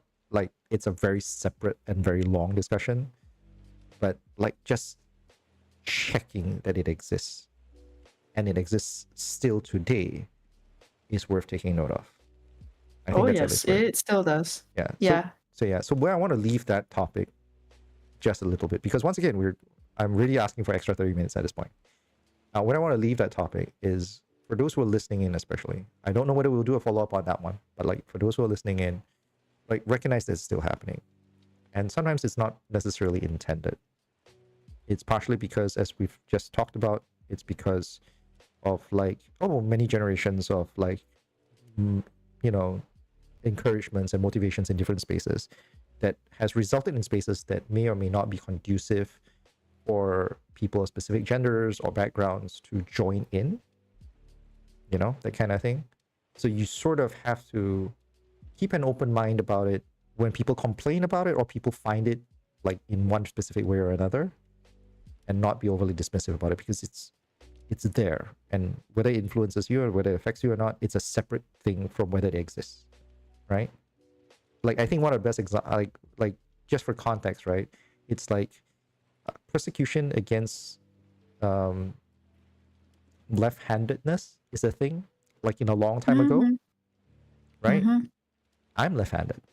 It doesn't affect me anymore, but like, if it still happens somewhere in the world, I know it will eventually get to me, right? That kind of thing. It might not affect you, but it's happening, and you should know that it's happening.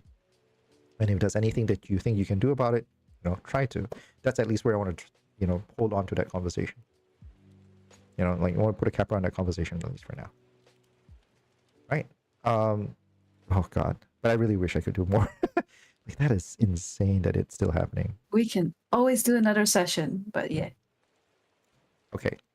second thing then. Let's go to the second one, which is moving forward. Do you see, like, how do you see the industry, like, in from where you stand right now? What do you see how do you see the industry moving forward? How is it like for you, like, in from your standpoint, good, bad, I don't know where it's gonna go, kind of thing. Like, where is your headspace at? Oh, like in the industry in general, games industry. I think more importantly, like, from your perspective, like, let's talk about it from a more, like, based on your experiences, whether you think it's going, does it look bleak? Does it look positive? Does it look like murky with a hint of rainbow? I don't know how you want to describe it. It is so murky right now. Like, I mean, we say like close to a decade, right? Close to a decade, but this is the worst I've ever seen, like, the games industry has ever been. And this is not the first period of retrenchment that I've been through.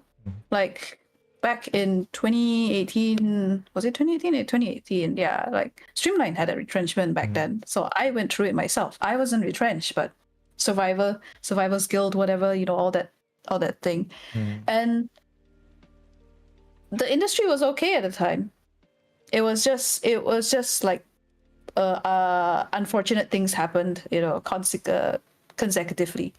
But now you're seeing, like, at a much bigger scale, right? And it's so weird because you are hearing of successful games like Balatro or say Split Fiction. There is hope. For me, there is hope, but it's still so murky that I don't know if it's gonna go well. And it feels like you'd have to be really, really different and really lucky to sort of, I guess, whet the appetite of the consumers.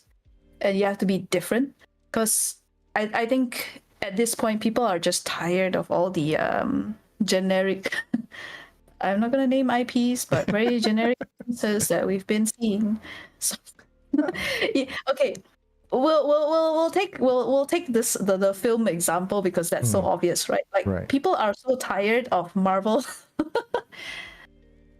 It's like too many superhero stuff. Oh shit, and we're seeing the same with games for some of the bigger titles, and you can see, like, the appetite shift from AAA to, say, indie or AA or III, and these definitions are like a whole other subject to talk about. But yeah, but basically the less it feels like it's less, I guess, bigger budget. We're not talking about big IPs. We're not talking about big franchises. The ones that we're hearing that are successful are the smaller ones, or the first, like, somebody's first game, or say, oh hey, there's a recent one called Expedition 33.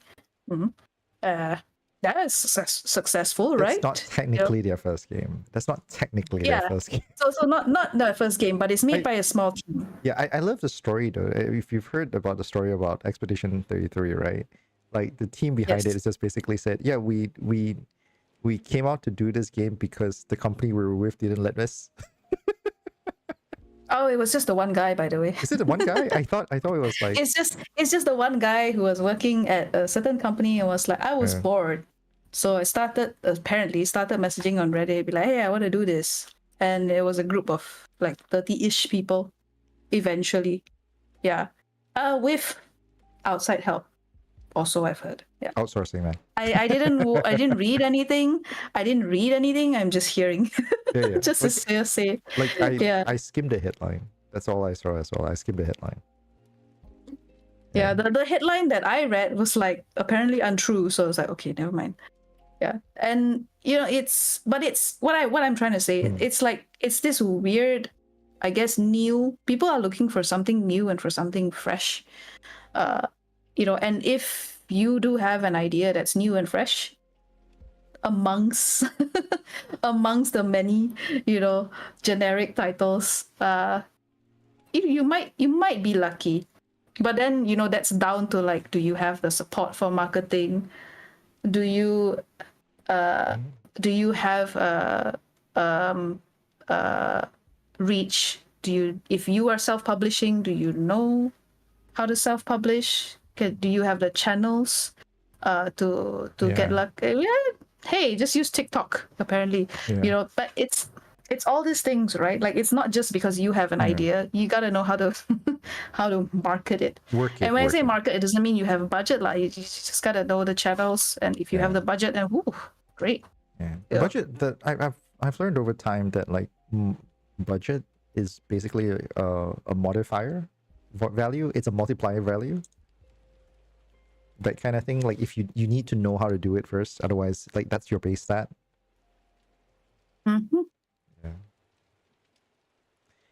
So that's why I said, like, it's murky as hell, but there's some glimmer of hope, and it's glimmer because it's a bit unpredictable, like what sticks with the audience and what could sell.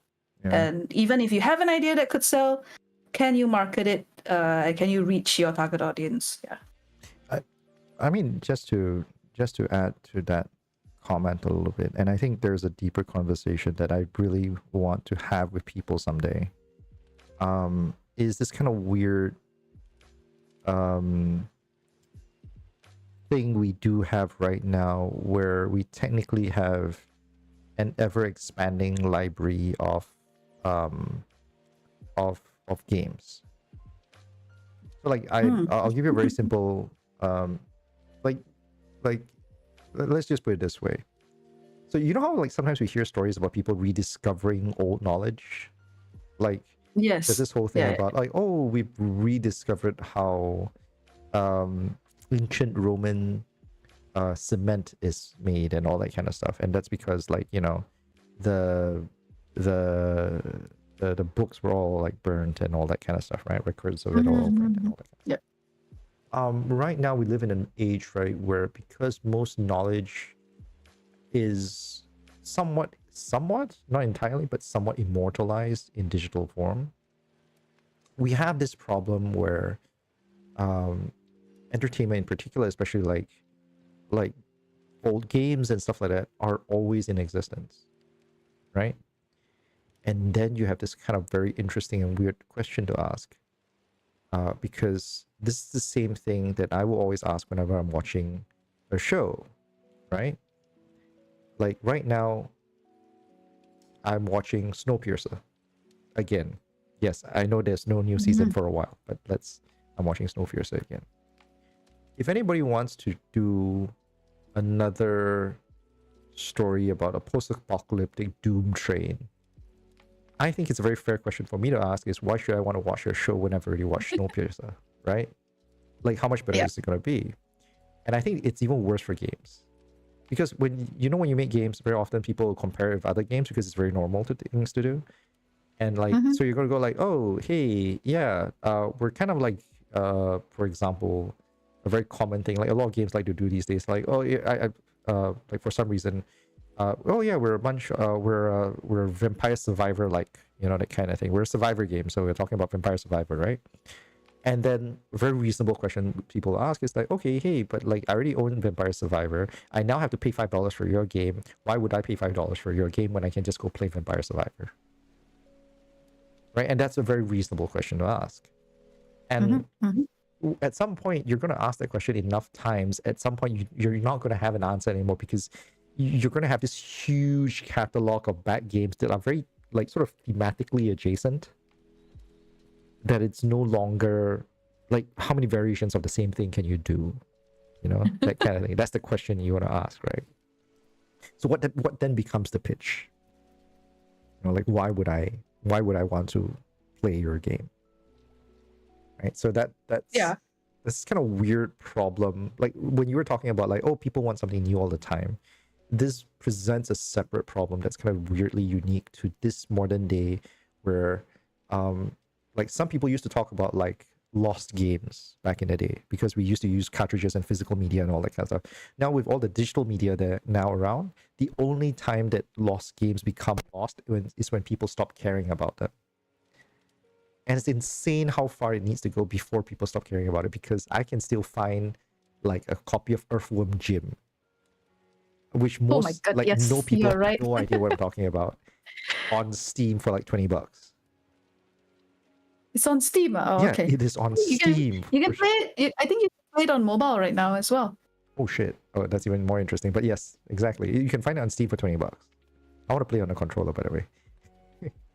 But yeah, so that's how insane like preservation of media still exists. Like as long as you know about it, as long as you know like one keyword from it, you can find it and you can play it for a certain amount of money, right? And then now when you're in development, your question then becomes is how do you stand out against the entire accumulation of human history? You know, and I think that's the weird challenge that we're gonna see more and more over time. Yep. I see Dan's comment. Yeah. Don't you dare slander the best 3D platform ever. Wait, what? Earthworm Jim? We're talking about Earthworm Jim? I don't think we're talking about Earthworm Jim being a fantastic 3D platformer. We'll never know. I don't wanna like okay, anyways. Yeah. Yeah. But you know, you're right? Like and it's kind of a matter of who gets released first and who gets released worldwide first. For some games. Right, yeah. but I'd argue that it's actually a weirder calculus now. And this is probably like this is sort of us winding down a little bit, yeah, for anyone who's not familiar with how this show usually goes. Like it's a weird calculus right now where I don't think it's about whether you become the first or the big one that everyone remembers. Because it's worth noting that like Warcraft is not the first like medieval like high fantasy based strategy game, you know? Like Warcraft wasn't. Warcraft came out of a Warhammer like failed Warhammer licensing deal. Like they wanted to make a Warhammer strategy game. They couldn't, the licensing failed and they made Warhammer instead. I'm sorry, they made Warcraft instead. So that's how Warcraft came to be. So like they weren't like Blizzard did not say like, oh yeah, we set off saying we want to make Warcraft as it was. They set off. That's why it's so similar. I'm not going. I didn't want to say it. Anyway, so yeah, so that's a thing, right?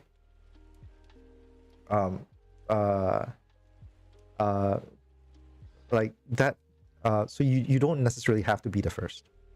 Nor do you need to be the biggest. I think the weird calculus right now is to try to figure out how do you make a game that's meaningfully still yours, and yet like make sure that everyone gets paid reasonably and like there's a reasonable amount of success, you know, for the studio. And keyword here being reasonable.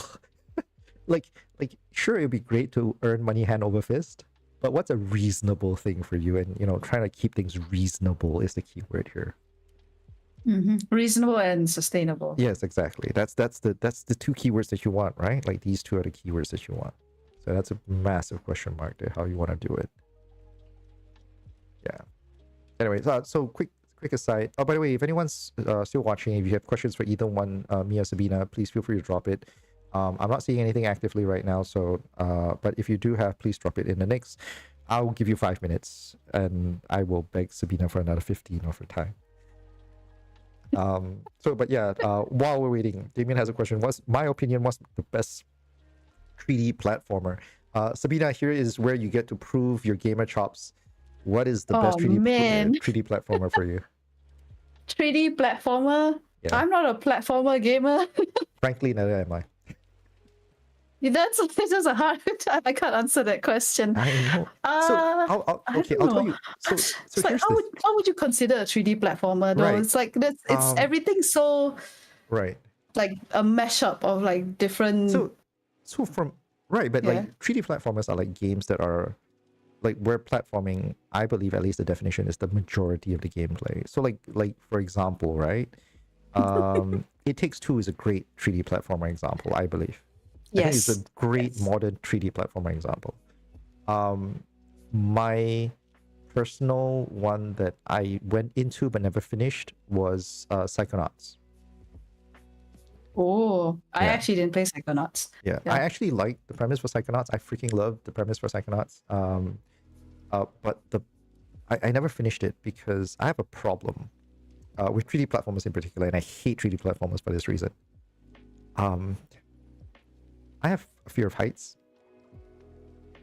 And more precisely, and as anyone with half a sense of humor would tell you about the fear of heights, is that they will tell you that it's actually not a fear of heights, it's a fear of falling. I can you know what I attest to mean, that. right? Like, exactly. I don't have a fear of heights because I don't have a fear of falling. All right, that's fine. That works for you. So, but it's one of those kind of things where, because I have a fear of heights, there were some levels in Psychonauts that I can't play, or rather, like, whenever I play, I can feel my balls shrinking. Because every time, like, you miss a jump, it's like, whee! Oh shit! and that freaks the living crap out of me. I cannot. Okay, well, yeah. actually, yeah. So if I really had to pick, and I think I wouldn't say the best, but like the most memorable 3D platformer that I've played. Let's discount It Takes Two because I haven't finished the game, but I do think it's a great platformer. I would say Prince of Persia would be my pick for like the most memorable ones, because I like that there is like a sense of you have to have a sense of timing and rhythm. And you need to know how to get past the puzzles. You need some smarts, and I like that kind of like smart gameplay, I guess. So yeah, it's not just like jump. Yeah. Or like a lot of it is timing, but Prince of Persia has like the extra layer of here are the dangers that you need to avoid. That are baked into the walls. Yeah, but yeah, it's I'm not saying the other games don't have it. It's just like the most memorable one that I can think of. Yeah. Okay, so since no one else has any other questions, I'm gonna go and quickly drop you one real quick one then. Like, since we were on the topic, and once again checking you for gamer cred, if you're going to recommend, like, if someone says, I've never played a game in my life, for some reason it's 2025 and I've still never touched a game in my life, right? I'm willing to invest in a console, so the medium doesn't matter. Like, you can tell me to buy a phone, I'll do that too. Like, no, I'm willing to buy a phone if you tell me to, if that's what it takes. Okay. Right? Okay. Like, but I do want to play a good game. What are you throwing at me? Oof. You know what? Oh man, people might hate me for this, but go play Genshin. Or say any of the Hoyoverse games. Like, take your pick, I guess. Really? No, because one, it's a free game, and if you have a phone, which I assume most people have, yeah, asterisk. If you have a phone, most people would have a phone, I assume. And you can play it on any platform, and its entry level is so low and so simple. And why I specifically say Genshin is because I think it's a bit more casual. It can be a bit more casual. Okay. Yeah, it can be a bit more casual. Right. You said we're introducing this to somebody who's never played games, a game. Right? That is fair. That is never fair. played a game. Never played a game. So I think that Genshin can be casual enough that it gets somebody started, and the more somebody plays, they can get a bit more into it. Eventually explore more games. And it's not what do we call this? Turn-based. It's not it's not too complicated. The combat is quite simple. You're just changing between 4 characters and you have 2 different attacks. That's about it, right? It's simple enough that somebody who's never played a game, their coordination is probably not good. And there's enough content to keep the person entertained for a while. You know what? Like, that is actually a very good answer. like I'm not just talking about the content side of things. I'm even framing just purely the fact that the gameplay itself is casual enough that you can just go with the flow for the most part, right? And it really is. It's gonna sound really dumb, but like, I stopped playing Genshin for a while. But the fact is, I was trying to get my wife to get into Genshin for the longest amount of time, because I used to tell her that this is the free version of Legend of Legend of Zelda. Yeah. Like, if you ever want to figure out whether you're gonna buy like Legend of Zelda, like just play Genshin and figure out whether it's a game for you. If you like it enough, like this genre of game works for you, then sure, go spend money on Zelda. I have a controversial opinion. Go ahead. I actually prefer Genshin over Zelda. I think that's fair. There is a personal preference that will differ from person to person. I have a reason for it, and I can explain. Go ahead. Explain yourself. Okay. I'll give you the chance to actually defend yourself on the internet here.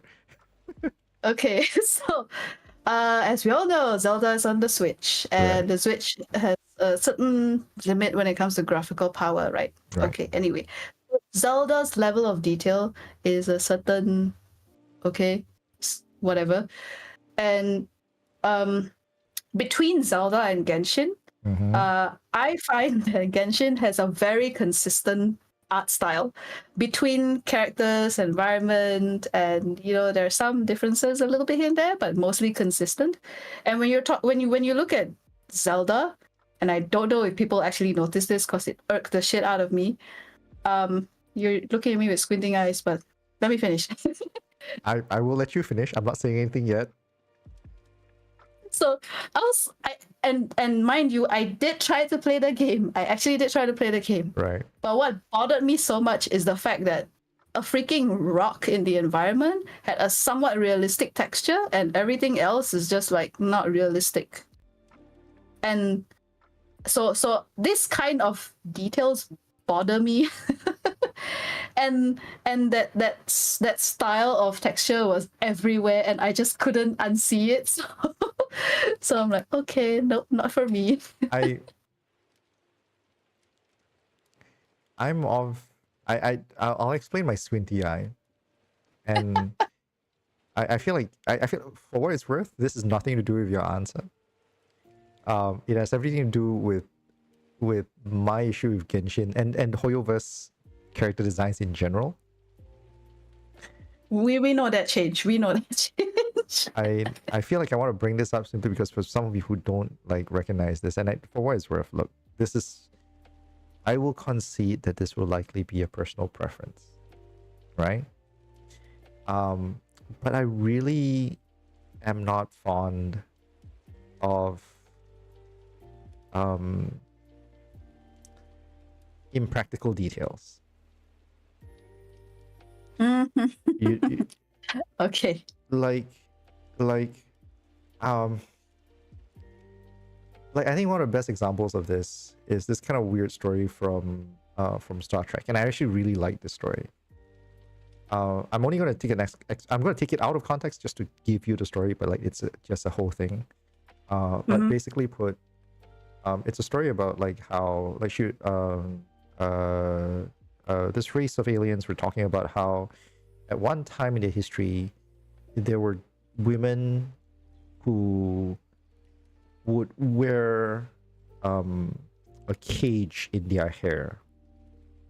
A cage in their hair. Right. So complete with a bird, right? Because what happened was that the story goes is that at some point a long time ago in their culture, someone of some influence would took it upon themselves, because she likes it, to put a bird in a cage in her hair. So basically wear up their hair and put a cage in the middle of it, right? And because she would do it, all the people that want to curry favor with her would follow and do it too. And then becomes a trend. And correct, and it gradually becomes a trend. Now, I'm not going to tell the rest of the story and where the context of the story. If you want to, go look it up in Star Trek and stuff like that. And like, I will force you to do homework for this. Not the point, because you should watch Star Trek anyway. The point I'm trying to get here was that like this is how culturally like some weird things can organically become a thing. Like, oh, if you want to do a race of people with some weird like doodad that said, oh yeah, hey, their hairs would have like either like you would have birds in your hair, or oh, they wear their hair with this very obvious gap in between where a cage used to be, kind of thing. Mm-hmm. You know, like that's how you can like somewhat make it make sense, you know. And I like that level of like culture building and stuff like that. And like, I'm not saying that you can't do bobs and doodads and stuff like that, lace and Yeah. you know, goth and like extra textures and all that. Perfectly fine. That is great. But like, I need to know what possessed them to like do some really like what is this detailing here doing, and like what is this like weird texturing, like I'm trying to figure out which character you're there's a whole talking bunch about. of characters that do this. I can't name them like off the top. And like there are some excuses where you're like, oh yeah, no, but this is, for example, which world was it? I can't remember. The one that was in the dream world. I can't remember which one was it. This is for Stariel. Oh, I haven't played Star Rail in a while, so Yeah, but anyway, so like Stariel had that whole like dream world setup, right? Like you can make an argument that dream worlds you can do whatever the hell you want, and that's fine. And I would agree with you, by the way. Like as in, I felt like they did the dream world like a lack of justice because they didn't go wild enough with the designs. You're talking about Penacony. Correct, Penacony. Thank you. Yes. So they could have went a lot further with Penacony, which they didn't, right? Mm-hmm. It seemed very It seemed reasonably a bit grounded, weirdly grounded, right? So sure, whatever. Yeah. But yes, the designs could have went wilder. They didn't. Then on the other side of things, right? They like one of the starting worlds they had was this kind of weirdly like cold, like iced up world where like it's destitute and they're reduced to a single city and stuff like that. And in this city, like the knights look cool. They're great. The playable characters, right, are like, what's with this level of detailing, and like do the tights really hold you from the cold, and like you can't help but to like stare at it going like, does this work? You know? And I have so many like problems with that level of design. I'm not saying they're bad. I recognize the genre does allow for it, and there's so many other games that do it so much more worse. Like, I'm not really going to list them now because there's so many games that are just gratuitous in their design, right? But yeah, like, it's not great. Yeah. Just a disclaimer, I've stopped playing for a while. Yeah, even Genshin, I'm like on a Hoyoverse game break, you know. Yeah. But no, so like when you said like, oh, I have a problem with the design or the graphics or stuff like that against Zelda, and I'm like, that's why I'm like doing the whole Leo thing. Just squinting extra hard. It's a whole thing. I mean, that's what made me like, okay, I'll play Genshin, but not Zelda. Yeah, but it has evolved so much, so you know, I can't really say much else already. At this point, it's just a sunk cost fallacy. Like, I spent so much time on this game and so much money. Like, yes, I did drop money on Genshin, and it's not like I don't wail, by the way. It's just like, here's the pass the here's my subscription fee. Again. Here's my subscription fee. Right. Yeah. Here's the daily login and the battle pass. So yeah. I forgot what you call it, but yeah, those, and that's it. That's pretty much all I spent. And now I stopped at that as well. But yeah, I do go on this like breaks. Like, okay, I've consumed this for a while. Yeah, I can't remember who was it. But I remember like I think, the director for FF14 would say that, like, I don't expect you to be with us all the time. If you need a break, please take a break. When you want to come back, just come back, kind of thing. So, the name is on the top of my tongue. I just can't recall it. Like, once again, faulty memory. Yeah. We're only human. Yes. It's okay. Anyways, all right. With that, I think I've held you long enough. We're actually hitting a 4-hour mark. 4 hours. I have not done one this long in so many sessions. I've actually actively reduced. I try to reduce the session lengths as much as I can. In a large part because, like, a lot of people don't like 4-hour long streams. Like, no one's willing to sit for 4 hours. So if you've sat with us for this long, I thank you very much for your attention and for your time. For listening to the both of us. Sabina, you've been fantastic. And yet there's so much more stuff we haven't actually really managed to cover. Thank you so much for sharing your experiences with us tonight. If you guys, all good. Yep, if you guys like what we're doing, this is an obligatory plug. Please like and subscribe because I kind of have to do this. Apparently, a call to action always helps, and please, if it does, just make it happen, man. Yeah. Subscribe. Yeah. Am I pointing the right way? I actually don't. No, I'm not. No, I think you are. No, I think subscribe. Like you point down for you to point. Subscribe point to him. Oh, okay, subscribe that works to his too. Thank channel. you. That works. Yes, Yeah. thank you. Over here, like somewhere, like the subscribe button is somewhere. Like some of you guys have liked already, and I'm just gonna ask you guys to like and subscribe. You know. I hope to be able to do this a little bit more often. I don't know when the next session is. I used to do this once every 2 weeks. But things have happened and I lost a little bit of momentum. I'm hoping to come back a little bit more, but we'll see how that goes. I don't know when my next stream is going to be, but I am going back to KL next week for KEFKL for just 1 day. I'm gonna drop by like on Saturday and like flash in there because one of my favorite artists is going to show up there. It's Kao Mu. It's a Malaysian comic artist that's done a lot of Marvel comics. If you're not familiar with, actually, I can't pronounce his name. It's Kael. How do you pronounce Kael? I'm sorry, Kael. Kael. I need to ask him when I see him because I've never met him in person. I love his works. We've interacted. He's a really friendly guy. Love his works. Even bought some of his comics for me. Like a friend of mine helped me buy a couple of his comics and had it signed. I've just never actually met the guy, and so I want to take this chance. Hopefully, I'll be able to meet him this time. Right. So I'll see you guys again soon. Hopefully, in 2 weeks' time, I'll be able to announce another session of this or something else.